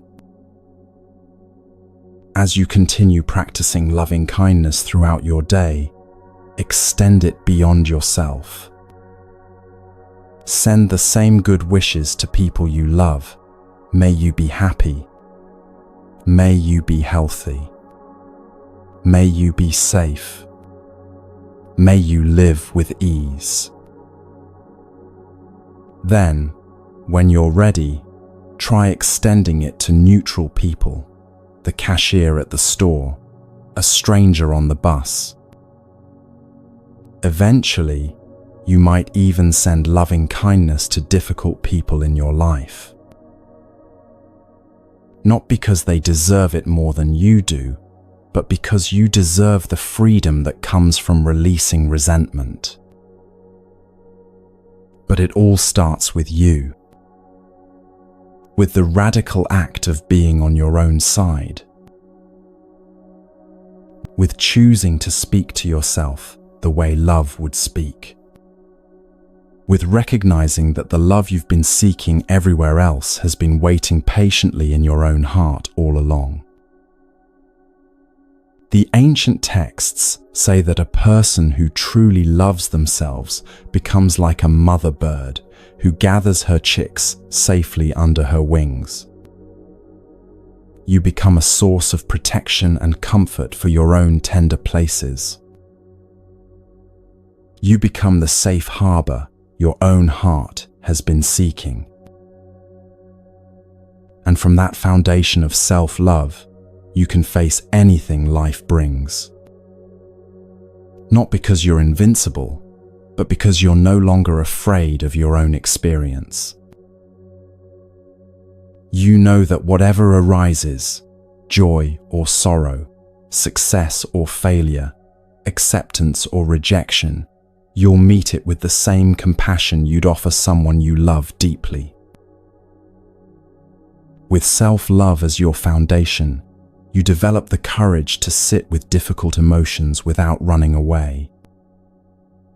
Because when you're not fighting yourself, you have energy to be present with whatever life is teaching you.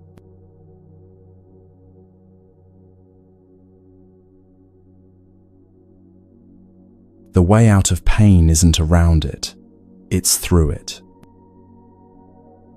Every instinct in your body tells you the opposite. When emotional pain arises, your nervous system immediately goes into escape mode. Fight it, flee from it, numb it, distract yourself until it goes away. We reach for our phones, our work, our addictions, anything that promises relief from the intensity of what we're feeling. But here's what no one teaches you. Your avoidance is often more painful than the pain itself. Think about how your body processes food. You don't consciously direct your stomach to break down nutrients or tell your intestines to absorb vitamins. Your body has an innate intelligence that knows exactly how to transform what you consume into energy and healing. Your heart knows how to process pain the same way, naturally, organically, if you let it. But we've been taught to fear our own emotional digestive system. We've learned to see difficult feelings as emergencies rather than information. We've forgotten that the same intelligence that heals your cuts and fights infections also knows how to metabolize grief, anxiety, loneliness, and heartbreak. The Buddha discovered this truth in the most practical way possible. He didn't theorize about suffering, he sat with it. Under the Bodhi tree, when waves of doubt, fear, and temptation arose, he didn't run. He didn't fight. He simply remained present, breathing with whatever came up, allowing his awareness to hold it all. What he learned changed everything. Resistance is pain's accomplice, but presence is pain's healer. When you resist emotional pain, you create a secondary layer of suffering. The original pain, let's say it's grief over a loss, might feel like a heavy weight in your chest.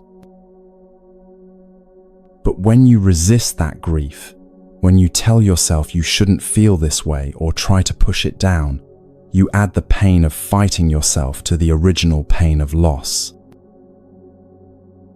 Now you're not just grieving. You're grieving and fighting your grief, and feeling ashamed of your grief, and exhausted from battling your own heart.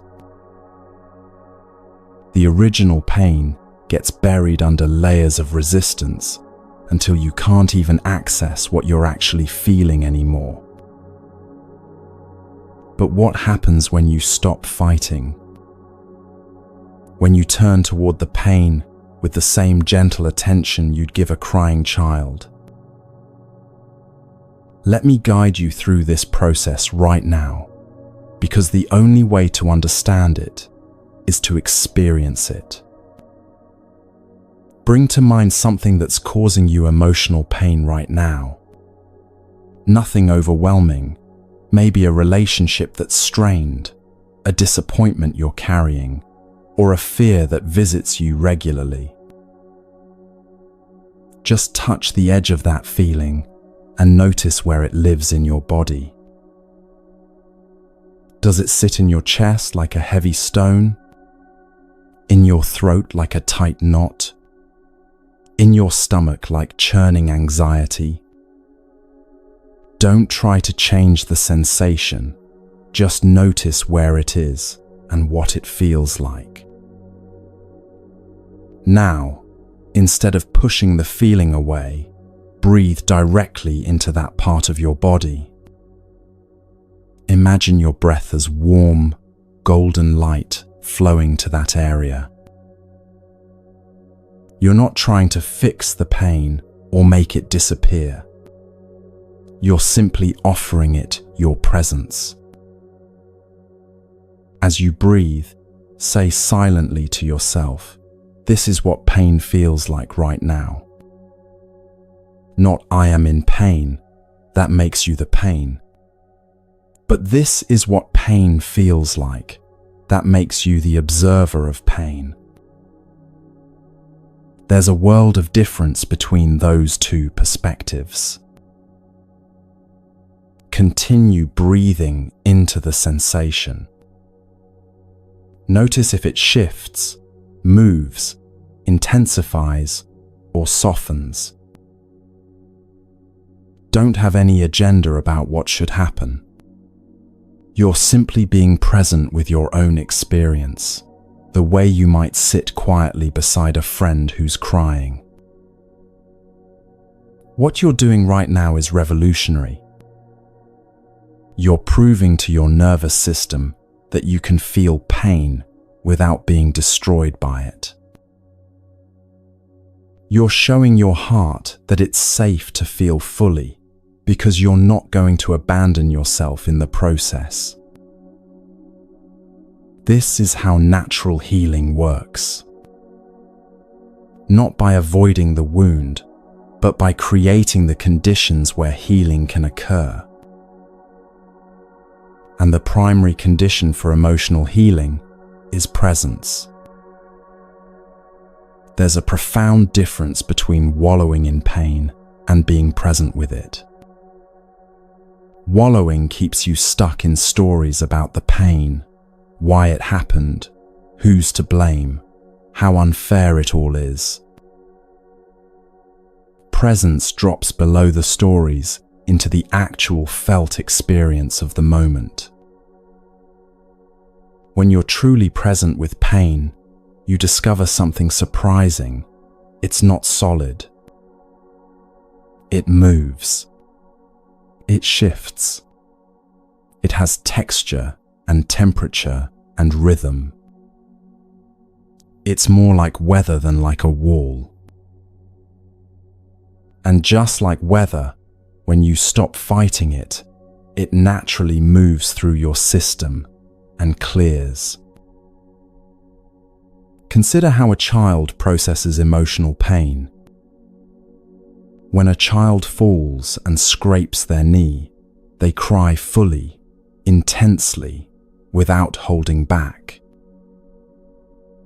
They don't analyze their crying or judge themselves for feeling hurt. They simply feel what they feel, express it completely, and then, usually within minutes, they're ready to play again. Adults have lost this natural emotional intelligence. We've learned to complicate our pain with thoughts, stories, and judgments. We've forgotten that emotions are designed to be temporary visitors, not permanent residents. But you can reclaim this natural capacity, not by becoming childish, but by remembering the wisdom your emotional system had before you learned to fear it. The next time you feel overwhelmed by difficult emotions, try this simple practice. Set a timer for just 5 minutes. Give yourself permission to feel whatever is present for exactly that long, without trying to fix it, or understand it, or make it go away. Breathe slowly and deeply. Let your exhales be longer than your inhales. This signals safety to your nervous system. Place both hands on your heart and imagine breathing directly into that space. If thoughts arise about the pain, stories about why you shouldn't feel this way, or how to solve the problem, gently return your attention to the actual sensation in your body. You're not thinking your way through this. You're feeling your way through it. Often, what we call unbearable pain is actually quite bearable when we stop adding layers of resistance to it. The raw sensation of sadness, fear, or anger is usually manageable. It's our thoughts about those feelings that make them seem impossible to handle. This sadness means I'm weak. This anxiety means something terrible will happen. This loneliness means no one will ever love me. These stories transform temporary emotional weather into permanent psychological climate. But when you drop below the stories and simply feel the actual sensations, you discover your capacity is much greater than you imagined. You can hold space for your own pain the way the ocean holds space for waves, vast, stable, unshaken by whatever moves across the surface. This doesn't mean becoming numb or detached. It means becoming present enough to feel without drowning, strong enough to open your heart without losing yourself, wise enough to know that your pain is information, not identity. Sometimes, people worry that if they really let themselves feel their pain, they'll never stop crying. But the opposite is usually true. When you finally give your pain permission to be felt fully, it often moves through much more quickly than when you're constantly fighting it. It's like trying to hold a beach ball underwater. The more force you use to keep it down, the more violently it explodes upward when your grip finally weakens. But if you let the ball float naturally on the surface, it bobs gently with the waves. Your emotions want to flow the same way. They're not trying to drown you. They're trying to move through you. But they can only complete their natural cycle when you stop interrupting the process with resistance. The Buddha taught that all phenomena arise, abide for a time, and then dissolve. This includes your most difficult emotions. Even your deepest grief will eventually lighten. Even your most persistent anxiety will shift. Even your loneliest moments will open into connection. But this natural dissolution can only happen when you work with your emotional system instead of against it. When you trust the process instead of trying to control it. When you remember that feeling, your feelings fully is not weakness, it's the highest form of courage. As you practice sitting with pain without drowning, something profound begins to shift. You stop being afraid of your own inner weather. You develop confidence in your ability to handle whatever arises. You realize that you don't need to fix yourself or your circumstances to be okay. You just need to be present with what is. This presence becomes your refuge, your medicine, your pathway through any storm. And as you sit with pain in this open, accepting way, you begin to notice something fascinating about the thoughts that arise around that pain. Often, the stories our minds tell about our pain are more painful than the pain itself.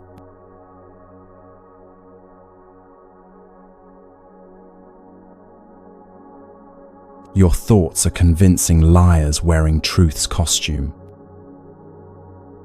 Right now, as you listen to these words, there's probably a voice in your head commenting on what I just said. Maybe it's agreeing, yes, that's exactly right. Maybe it's skeptical, that sounds like nonsense. Maybe it's already wandering off to what you need to do later today. That voice, persistent, opinionated, never quite silent, has convinced you it's you. But it's not. You are not your thoughts any more than the sky is the clouds that pass through it. The sky doesn't become grey when storm clouds gather overhead.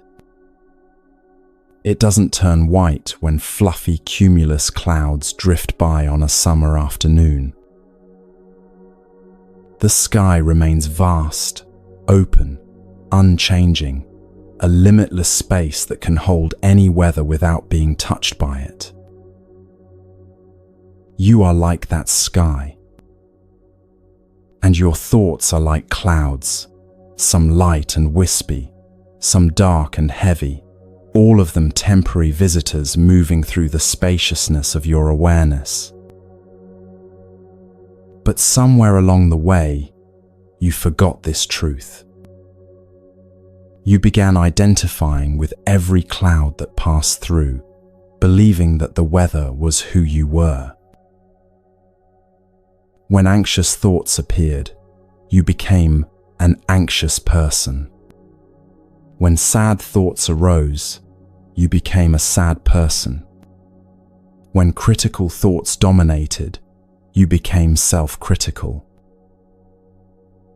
This is one of the most exhausting ways to live, constantly becoming whatever your mind happens to be thinking. The Buddha understood this deeply.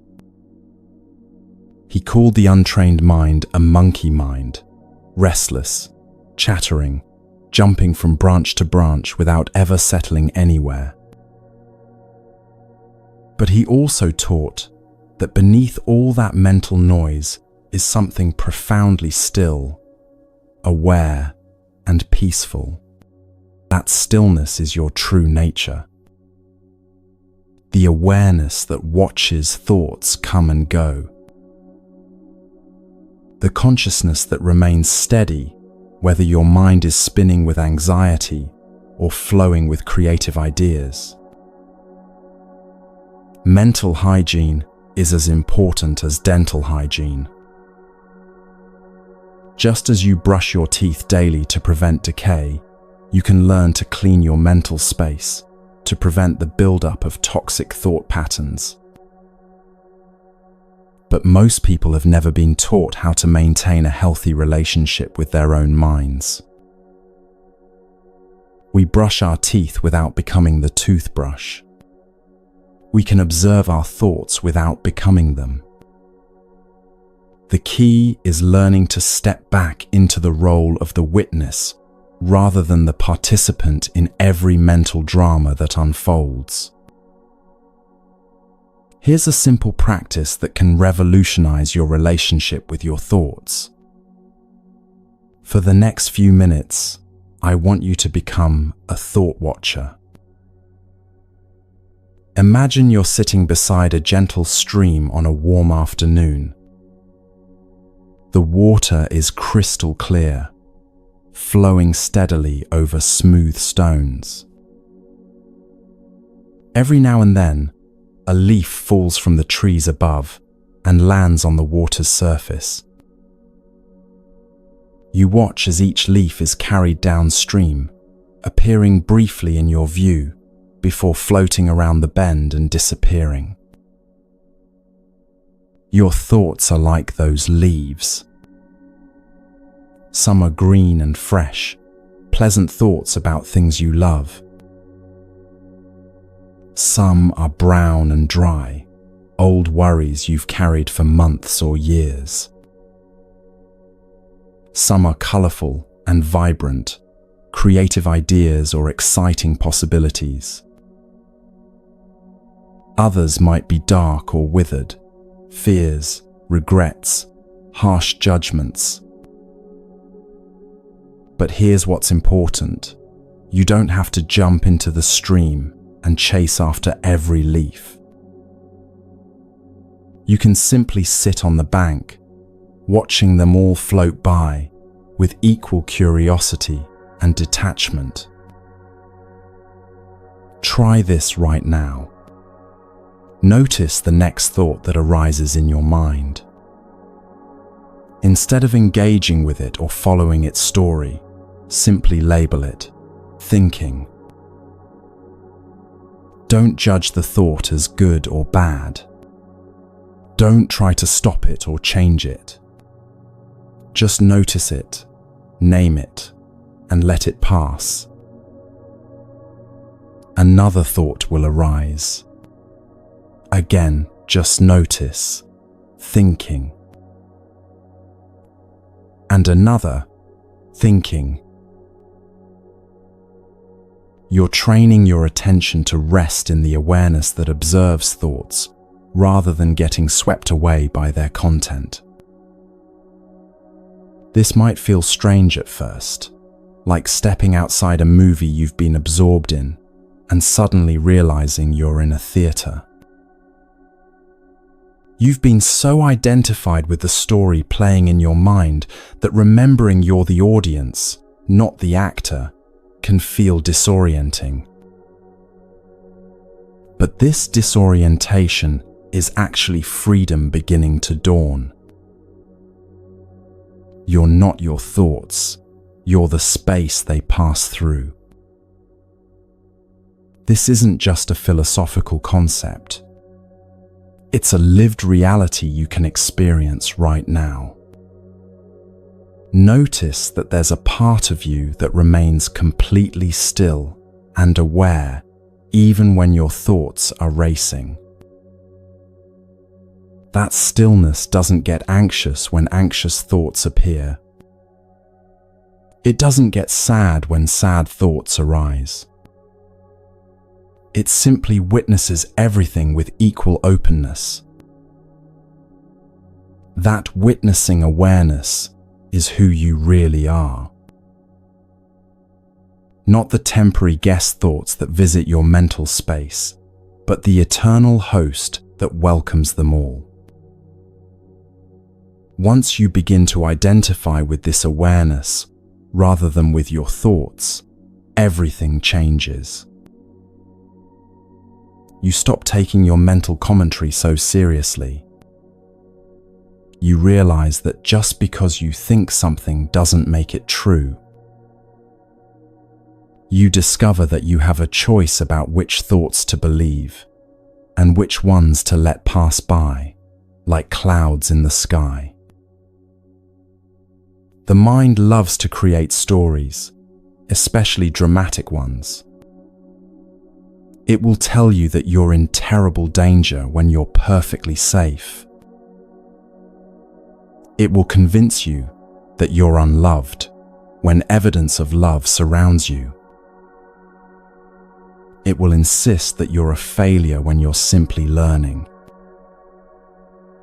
But when you know you're the sky, not the weather, these stories lose their power to disturb your peace. You can hear the mind's commentary with compassion, but without believing every word. Think about dreams for a moment. While you're dreaming, everything seems completely real. You might be chased by monsters, flying through the air, or having impossible conversations with people from your past. In the dream, you never question any of it. But when you wake up, you immediately recognize, oh, that was just a dream. You don't spend the rest of the day worried about the dream monster or trying to figure out how you were flying. You understand that the dream experience, however vivid, wasn't reality. Thoughts work the same way. While you're identified with them, they seem absolutely real and important. But when you step back into awareness, you can see them for what they are, mental events arising and passing away in the spaciousness of consciousness. This doesn't mean all thoughts are meaningless or that you should ignore important information. It means learning to discern between thoughts that serve you and thoughts that simply create suffering. Between practical thinking that helps you navigate life and compulsive thinking that keeps you trapped in cycles of worry and rumination. When a practical thought arises, I need to call my doctor, or it's time to leave for my appointment, you can engage with it appropriately. When a compulsive thought appears, everyone thinks I'm weird or something terrible is going to happen, you can recognize it as mental weather and let it pass without taking it personally. Here's another powerful technique for working with difficult thoughts. When you notice your mind spinning a particularly convincing story about why you should feel bad, try adding this phrase to the beginning: I'm having the thought that. Instead of I'm such a failure, think I'm having the thought that I'm such a failure. Instead of nobody likes me, try I'm having the thought that nobody likes me. This simple addition creates immediate distance between you and your mental commentary. It reminds you that you're the observer of these thoughts, not their victim. As you practice this kind of mental hygiene consistently, something profound begins to shift. The constant chatter in your head doesn't necessarily get quieter, but it gets less compelling. You develop what the Buddhists call non-attachment to thoughts. You can hear them without being hooked by them. This creates space for something beautiful to emerge.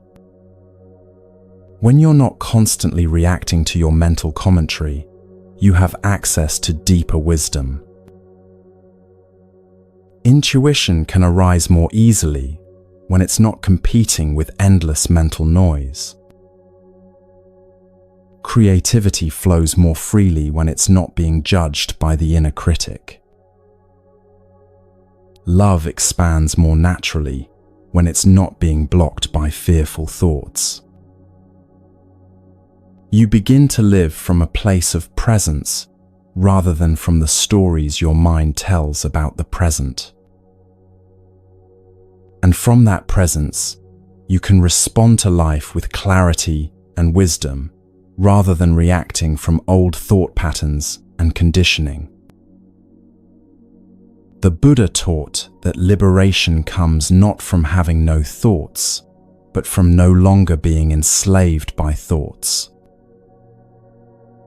This is the freedom that's available to you right now, the freedom to use your mind as a tool rather than being used by it. Remember, thoughts are guests in the spacious home of your awareness. Some guests are pleasant, others difficult. But they're all temporary visitors. You don't have to throw them out forcefully or cling to the ones you like. You can simply offer them hospitality while remembering that you are the host, not the guest. Free from thought tyranny, liberated from the need to believe every story your mind creates, you can finally discover who you really are beneath all the mental commentary. And that discovery leads to perhaps the most healing realization of all, that the person you've been trying so hard to become already exists within you.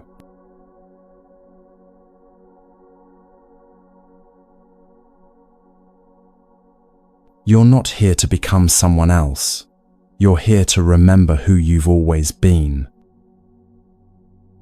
Somewhere along the way, you learn to wear masks. Not the literal kind, but the invisible ones we put on to survive, to fit in, to be loved. The mask that says, "I'm fine," when you're falling apart inside.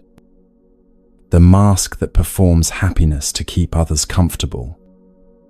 The mask that hides your sensitivity because the world told you it was weakness. You wore these masks so long that you forgot there was a face underneath. You became so skilled at being who others needed you to be that you lost track of who you actually are. And now, perhaps for the first time in years, you're feeling the weight of all that pretending. That exhaustion you feel, it's not from living your life. It's from living someone else's version of your life. But here's what the world doesn't want you to know. Authenticity isn't something you create. It's something you uncover. Like an archaeologist carefully brushing away layers of dust to reveal an ancient treasure that was always there, waiting to be discovered. The Buddha taught something radical about human nature. He said that every person is born with what he called Buddha nature, an innate perfection that can never be damaged or destroyed. Not perfection in the sense of never making mistakes, but perfection in the sense of being complete exactly as you are. Think about a seed buried in dark soil. That seed doesn't look at other plants and try to become them. An acorn doesn't struggle to become a rose. It doesn't read self-help books about how to be a better tree. It simply unfolds according to its own inner blueprint, trusting the intelligence that placed everything it needs within its tiny shell. Seeds don't try to become trees. They naturally unfold into what they've always been designed to be. You have that same inner blueprint. Beneath all the conditioning, beneath all the shoulds and supposed tos, beneath all the ways you've learned to contort yourself to meet other people's expectations, there's an authentic self that's been patiently waiting. This isn't about becoming perfect or enlightened or spiritually advanced. It's about becoming real. And real includes messy, uncertain, still figuring it out, beautifully human you.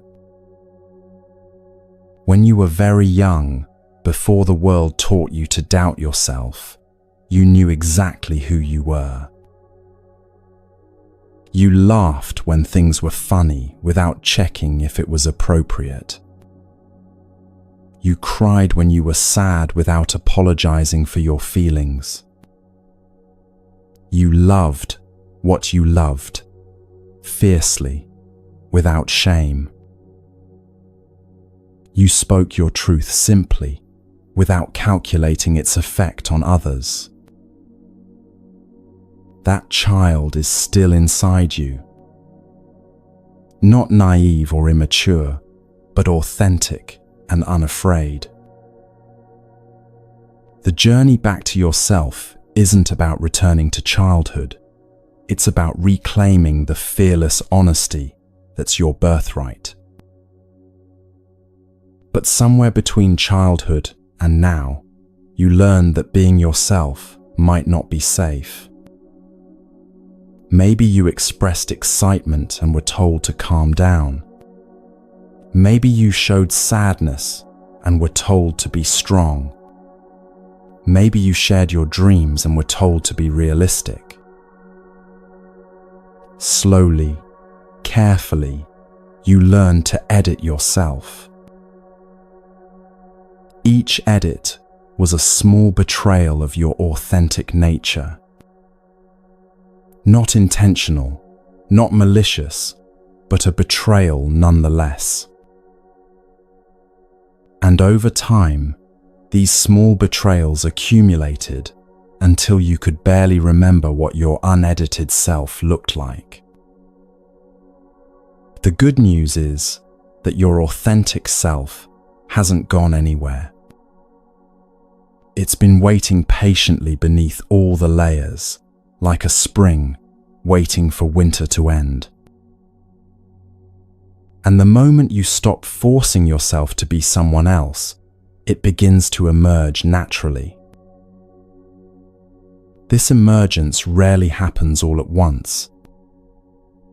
It's more like morning dawn, gradual, gentle, almost imperceptible at first. You might notice small things, a preference you'd forgotten you had, an opinion that feels genuinely yours, a way of moving through the world that feels less effortful. Maybe you realize you actually prefer quiet evenings to busy social gatherings, despite years of forcing yourself to be more outgoing. Maybe you discover that your sensitivity, which you've always seen as a flaw, is actually a gift that allows you to notice beauty and nuance others miss. Maybe you remember dreams you abandoned because they didn't fit someone else's idea of success.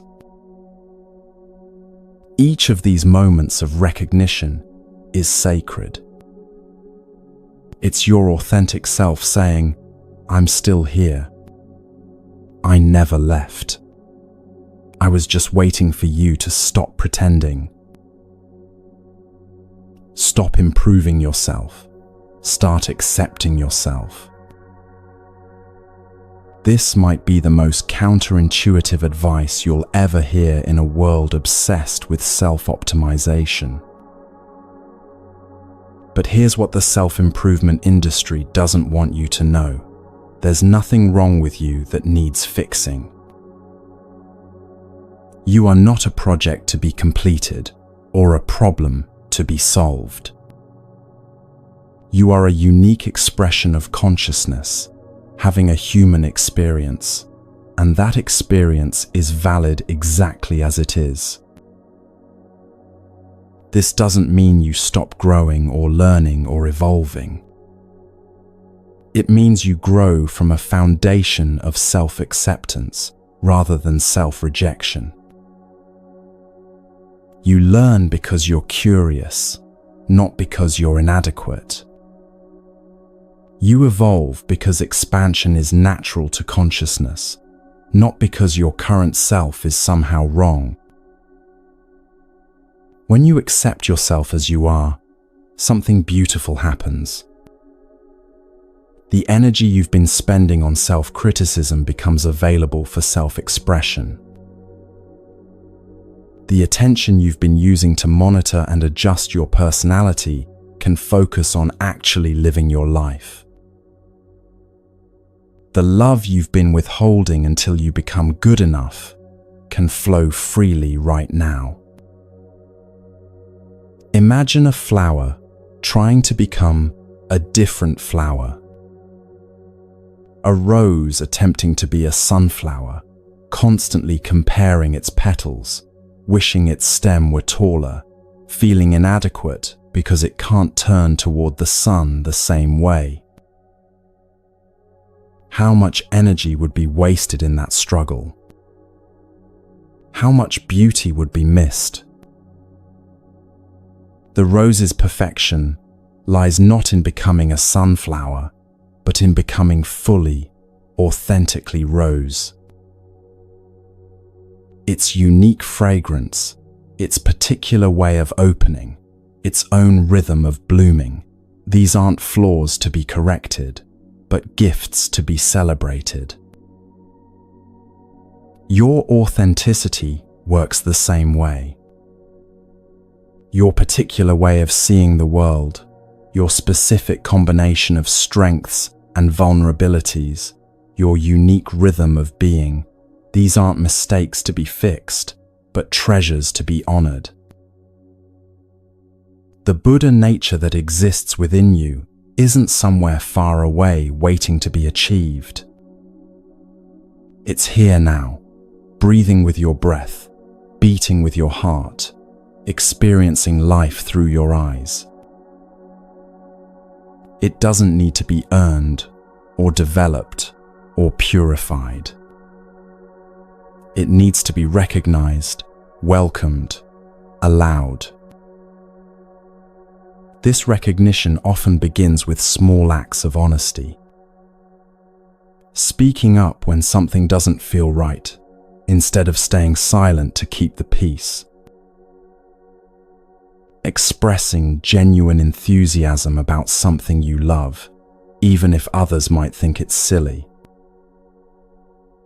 Setting a boundary that honors your needs, even if it disappoints someone else. Each honest moment is a homecoming. Each authentic choice is a declaration. This is who I am.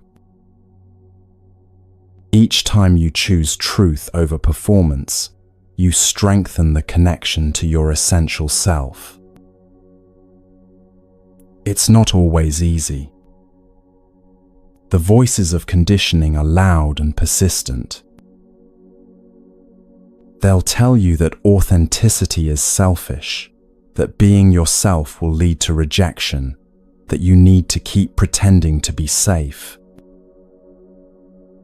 But these voices are echoes from the past, not truths about the present.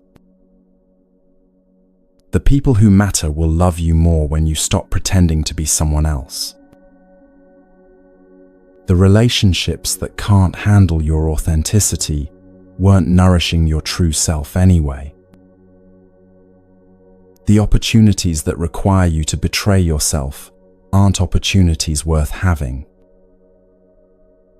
When you finally have the courage to be yourself, you give others permission to do the same. Your authenticity becomes a gift not just to yourself, but to everyone whose life you touch. In a world full of masks, genuine presence is rare and precious. The journey back to yourself isn't a destination you arrive at. It's a practice you engage in moment by moment. Each time you choose honesty over image, each time you honor your feelings instead of dismissing them, each time you trust your inner knowing over external pressure, you return a little more to home. And home isn't a place you've never been. It's the place you never really left. Your authentic self has been with you all along, patient and loving, waiting for you to remember that you don't need to become anyone else to be worthy of love and belonging. This authenticity, this return to who you truly are, allows something beautiful to happen. When you stop fighting against your nature, your natural healing capacity emerges. Not the kind of healing that forces change, but the kind that allows transformation to unfold in its own perfect timing.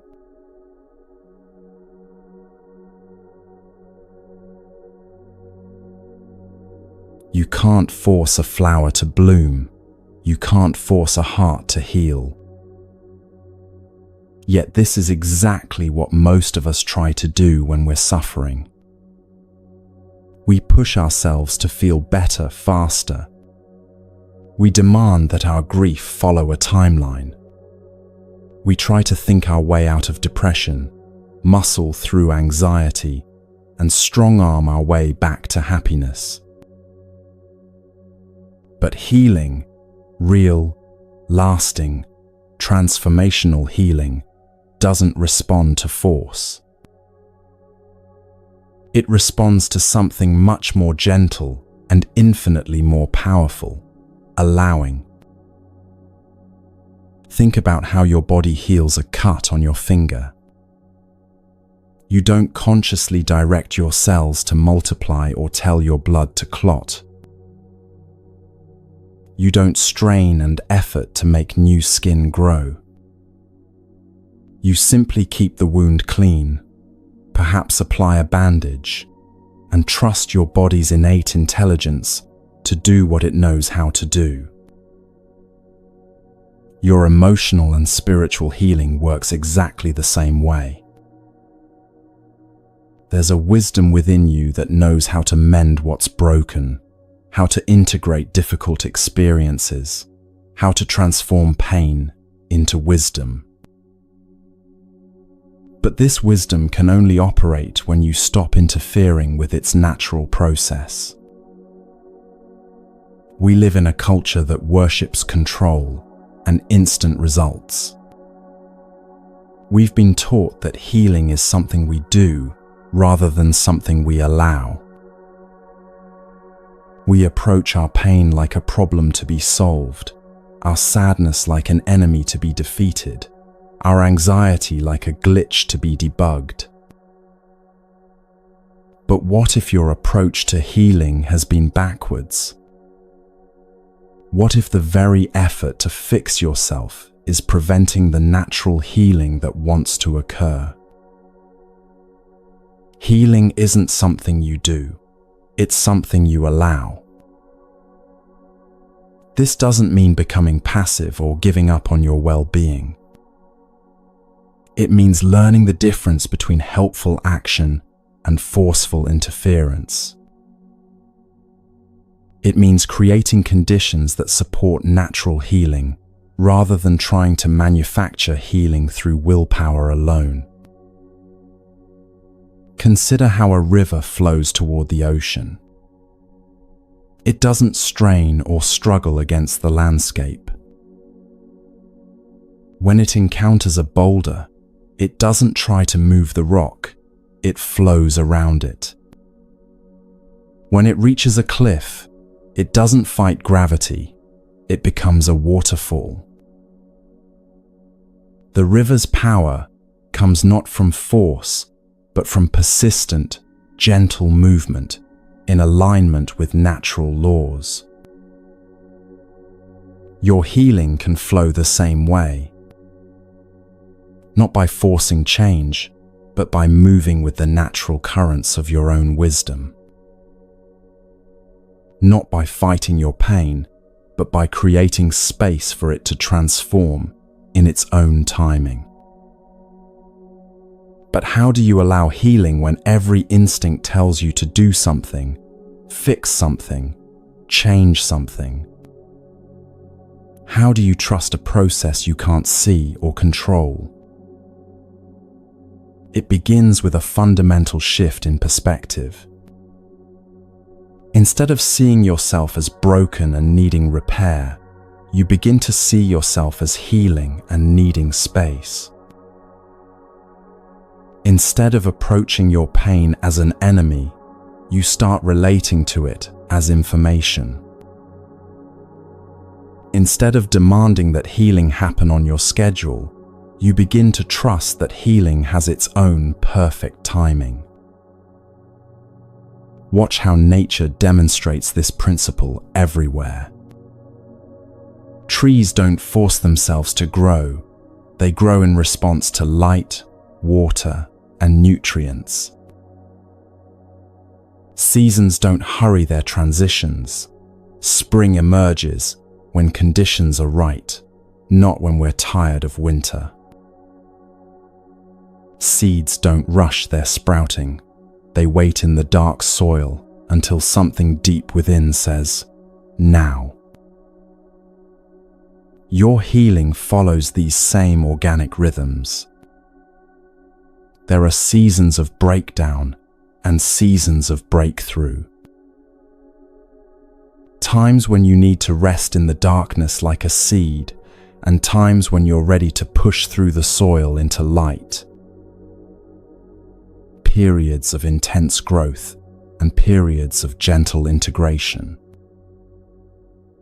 Fighting these natural cycles is like trying to make winter become spring through force of will. It doesn't work, and it exhausts you in the process. Sacred allowing means honoring where you are in your healing journey without demanding that you be somewhere else. If you're in a season of grief, you allow yourself to grieve fully rather than rushing toward acceptance. If you're in a time of confusion, you sit with not knowing rather than forcing premature clarity. If you're experiencing anger, you create safe space for that fire to burn rather than immediately trying to extinguish it. This doesn't mean wallowing or getting stuck in difficult emotions. It means trusting that emotions, like weather, are designed to move through your system when they're not blocked by resistance. Think about what happens when you try to dam a river.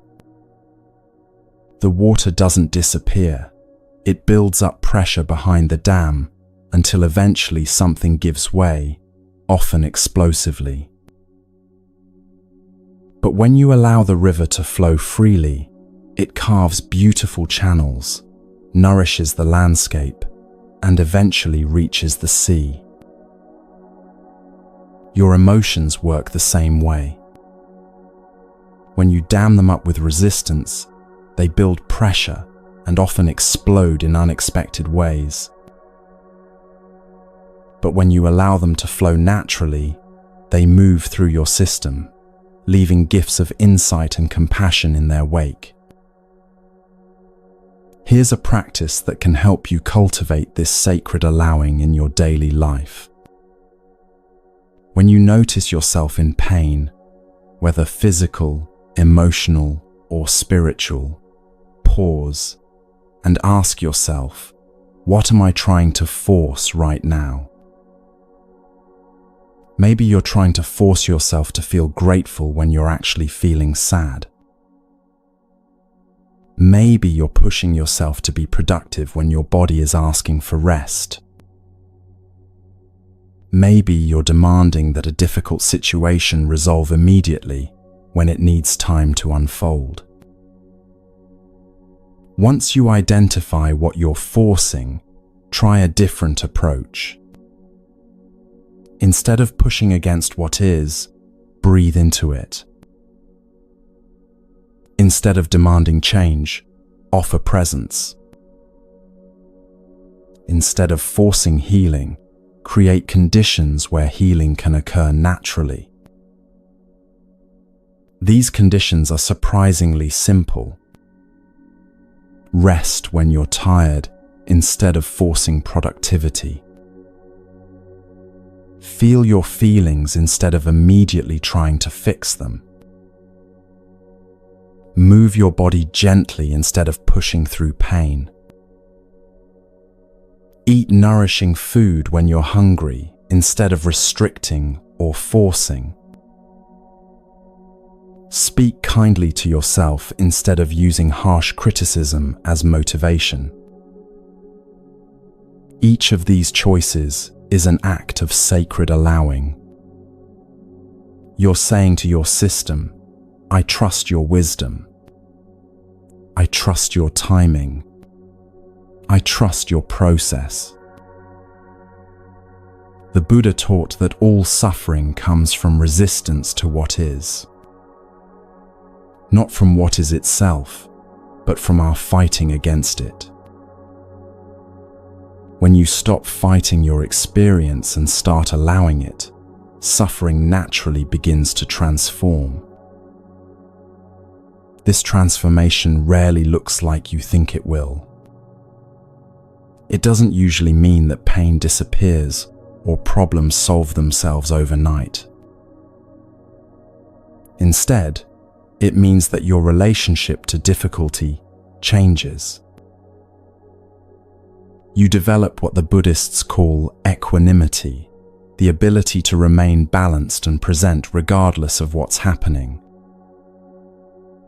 You stop taking your temporary experiences so personally. You realize that emotions, thoughts, and circumstances are like weather, constantly changing, inherently temporary. You learn to be like a mountain in a storm, affected by the weather, but not fundamentally disturbed by it. This doesn't make you cold or detached. If anything, it makes you more open, more compassionate, more fully present. When you're not fighting your own experience, you have energy available to truly meet life as it unfolds. Sacred allowing also means accepting help when it's offered. So many of us have learned to be fiercely independent, believing that asking for support is weakness. But isolation is often another form of force, forcing yourself to heal alone when healing naturally happens in relationship. A tree doesn't try to grow without soil, water, or sunlight. It allows itself to be nourished by its environment. You can allow yourself to be nourished by the love, wisdom, and support that surround you. This might mean accepting a friend's offer to bring you dinner when you're struggling. It might mean allowing yourself to cry in someone's presence instead of always holding it together. It might mean seeking professional help when your own resources feel insufficient. None of these is giving up or admitting defeat. They're recognizing that healing is often a community process, not a solo journey. As you practice sacred allowing, you begin to notice something profound. The same intelligence that grows your hair and beats your heart and heals your cuts is also working on deeper levels. It's integrating your experiences, weaving meaning from chaos, and gradually opening your heart to greater love and wisdom. But this intelligence can only work when you get out of its way. When you stop micromanaging your healing and start trusting the process. When you allow transformation to happen in its own perfect timing, rather than demanding immediate results. Sometimes the most healing thing you can do is nothing at all. Just rest. Just breathe. Just be present with what is, without trying to change it. Trust that in the spaciousness of your allowing, something is always healing, always transforming, always moving you toward greater wholeness.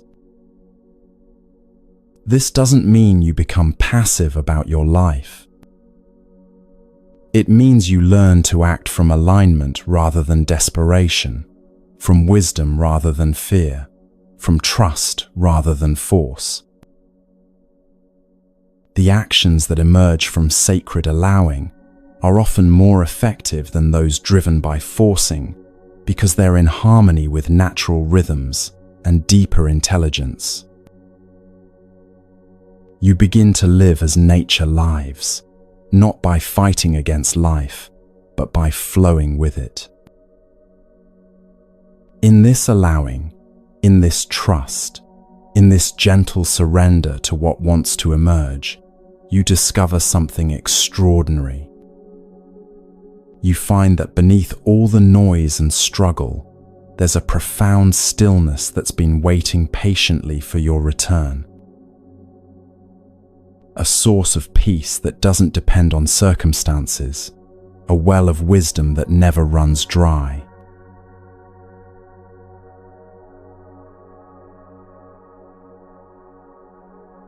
In a noisy world, stillness is rebellion.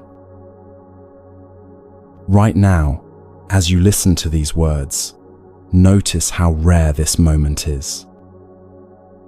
How often do you actually sit in complete presence without scrolling, without planning, without the background hum of constant doing? In a world addicted to motion, noise, and endless stimulation, choosing stillness is perhaps the most radical act you can perform. We've been taught that stillness is emptiness, that silence is boredom, that doing nothing is wasting time. But what if we've had it backwards? What if stillness isn't the absence of life, but the source of it? Seeds germinate in dark silence, not in noise and light. The most profound transformations happen in quiet places, hidden from view. Your heart beats in the silence between thoughts. Your breath flows in the space between words. And your deepest healing occurs not in the chaos of trying to fix yourself, but in the profound rest of simply being. This is where we've been journeying together through these 12 teachings, toward this moment of recognition that everything you've been seeking has been waiting for you in stillness. Remember when we explored how suffering can be a teacher? That teaching becomes clear in stillness when you stop running from pain long enough to hear what it's trying to tell you. Remember learning that emotions are temporary weather. You can only experience that truth in the spacious stillness that remains unchanging while feelings come and go. The loneliness we discussed, the attachments you've been asked to release, the present moment where peace lives. All of these discoveries are only possible when you stop the constant motion and rest in the quiet center of your being. Stillness isn't meditation. It's not a technique or a practice you do for 20 minutes and then leave behind. Stillness is your natural state, the ground of consciousness itself, always available beneath whatever activity or emotion is moving through your life. But accessing this stillness requires something our culture rarely teaches: the courage to subtract rather than add. You don't need to add anything to find peace. You need to subtract noise. Not just external noise, though that matters too, but the internal noise that never stops, the constant commentary, the endless planning, the persistent worry about what might happen or regret about what did happen. The noise of believing you need to become someone different to be worthy of love. The noise of fighting your own experience instead of meeting it with presence. When you subtract this noise, what remains isn't emptiness. What remains is the profound fullness of pure awareness, awake, alive, completely present, needing nothing to be complete. Think about the space between musical notes. Without that silence, music would just be noise. The pauses between notes aren't empty spaces to be filled. They're essential parts of the melody that give meaning to every sound. Your life works the same way. The spaces between activities, the quiet moments between conversations, the stillness between thoughts, these aren't voids to be filled with busyness. They're sacred pauses where life regenerates, where wisdom arises, where your system naturally recalibrates toward balance. But we've become afraid of these spaces. We fill every quiet moment with podcasts, every pause with phone scrolling, every silence with mental chatter. We've forgotten that in the beginning was not the word, but the silence from which all words emerge. Here's how you can begin reclaiming this stillness, right here, right now. You don't need a meditation cushion or a silent retreat. You just need to remember that stillness is always available, no matter where you are or what you're doing. Start with your breath, but not as something to control or improve. Simply notice that breath is happening without your effort. Feel the natural pause at the end of each exhale, that tiny space of complete stillness before the next breath begins.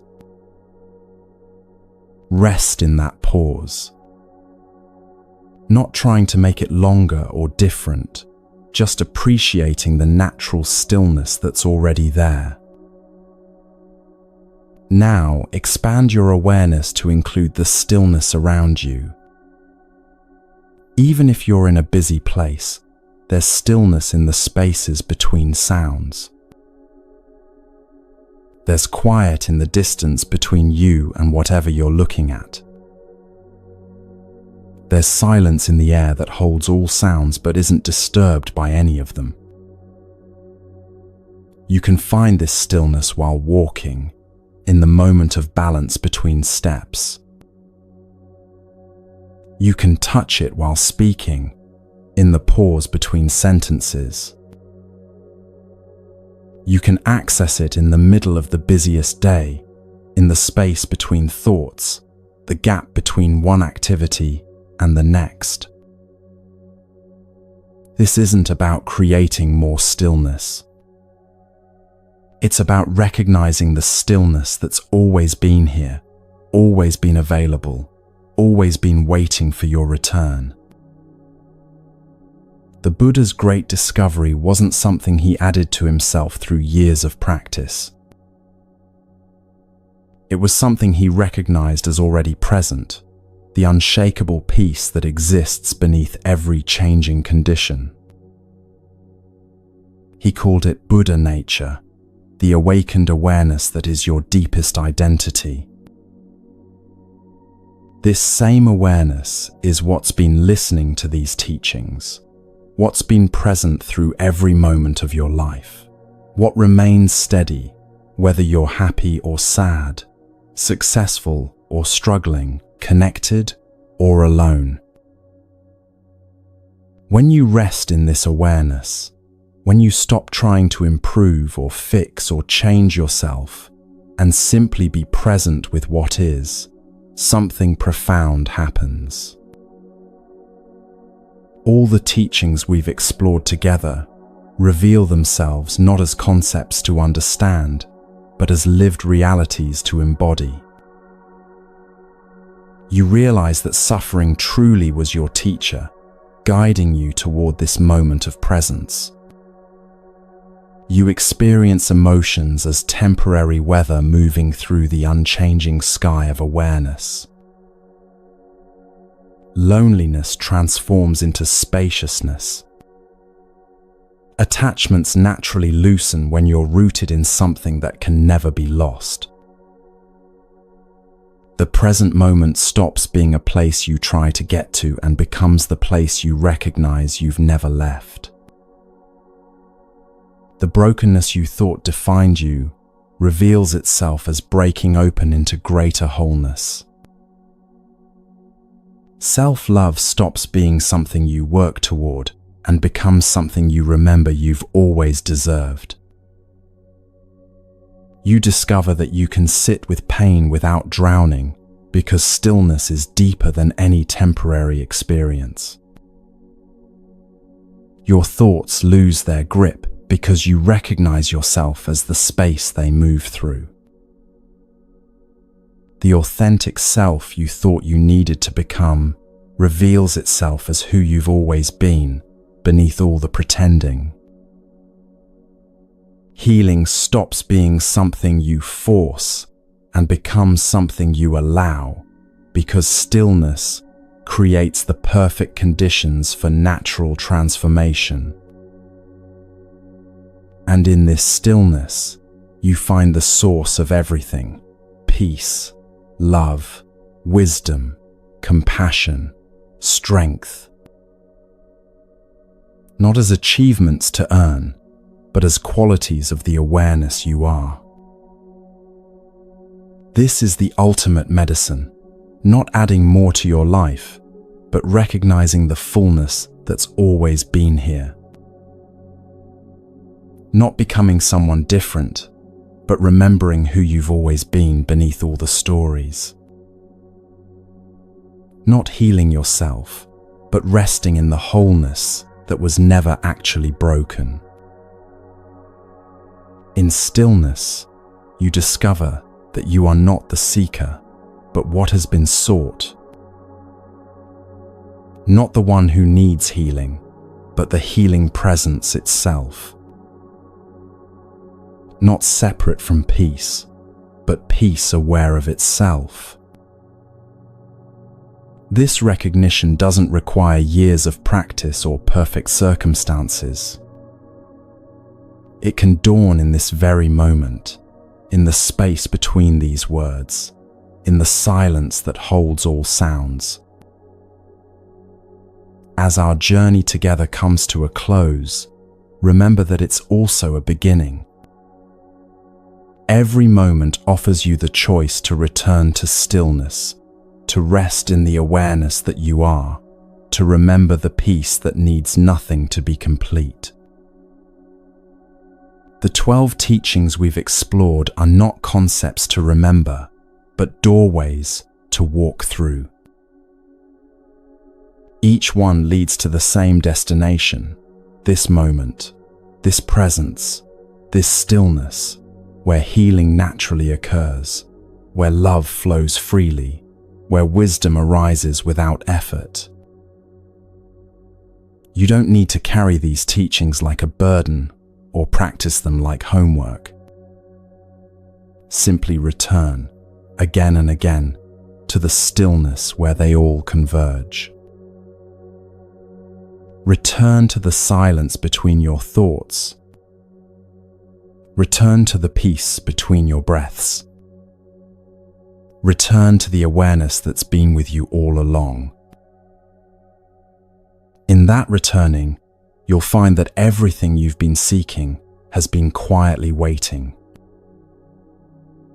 Not in some distant future when you're healed or enlightened or perfect, but here, now, in the profound stillness that is your true home. This is where everything begins and where everything returns. This is the source of healing, the ground of love, the wellspring of wisdom. This is what you are beneath every story, beyond every experience, deeper than every emotion. Welcome home.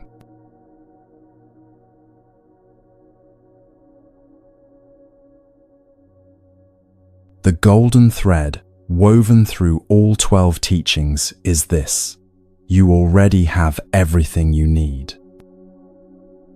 Not as concepts to master, but as wisdom to remember.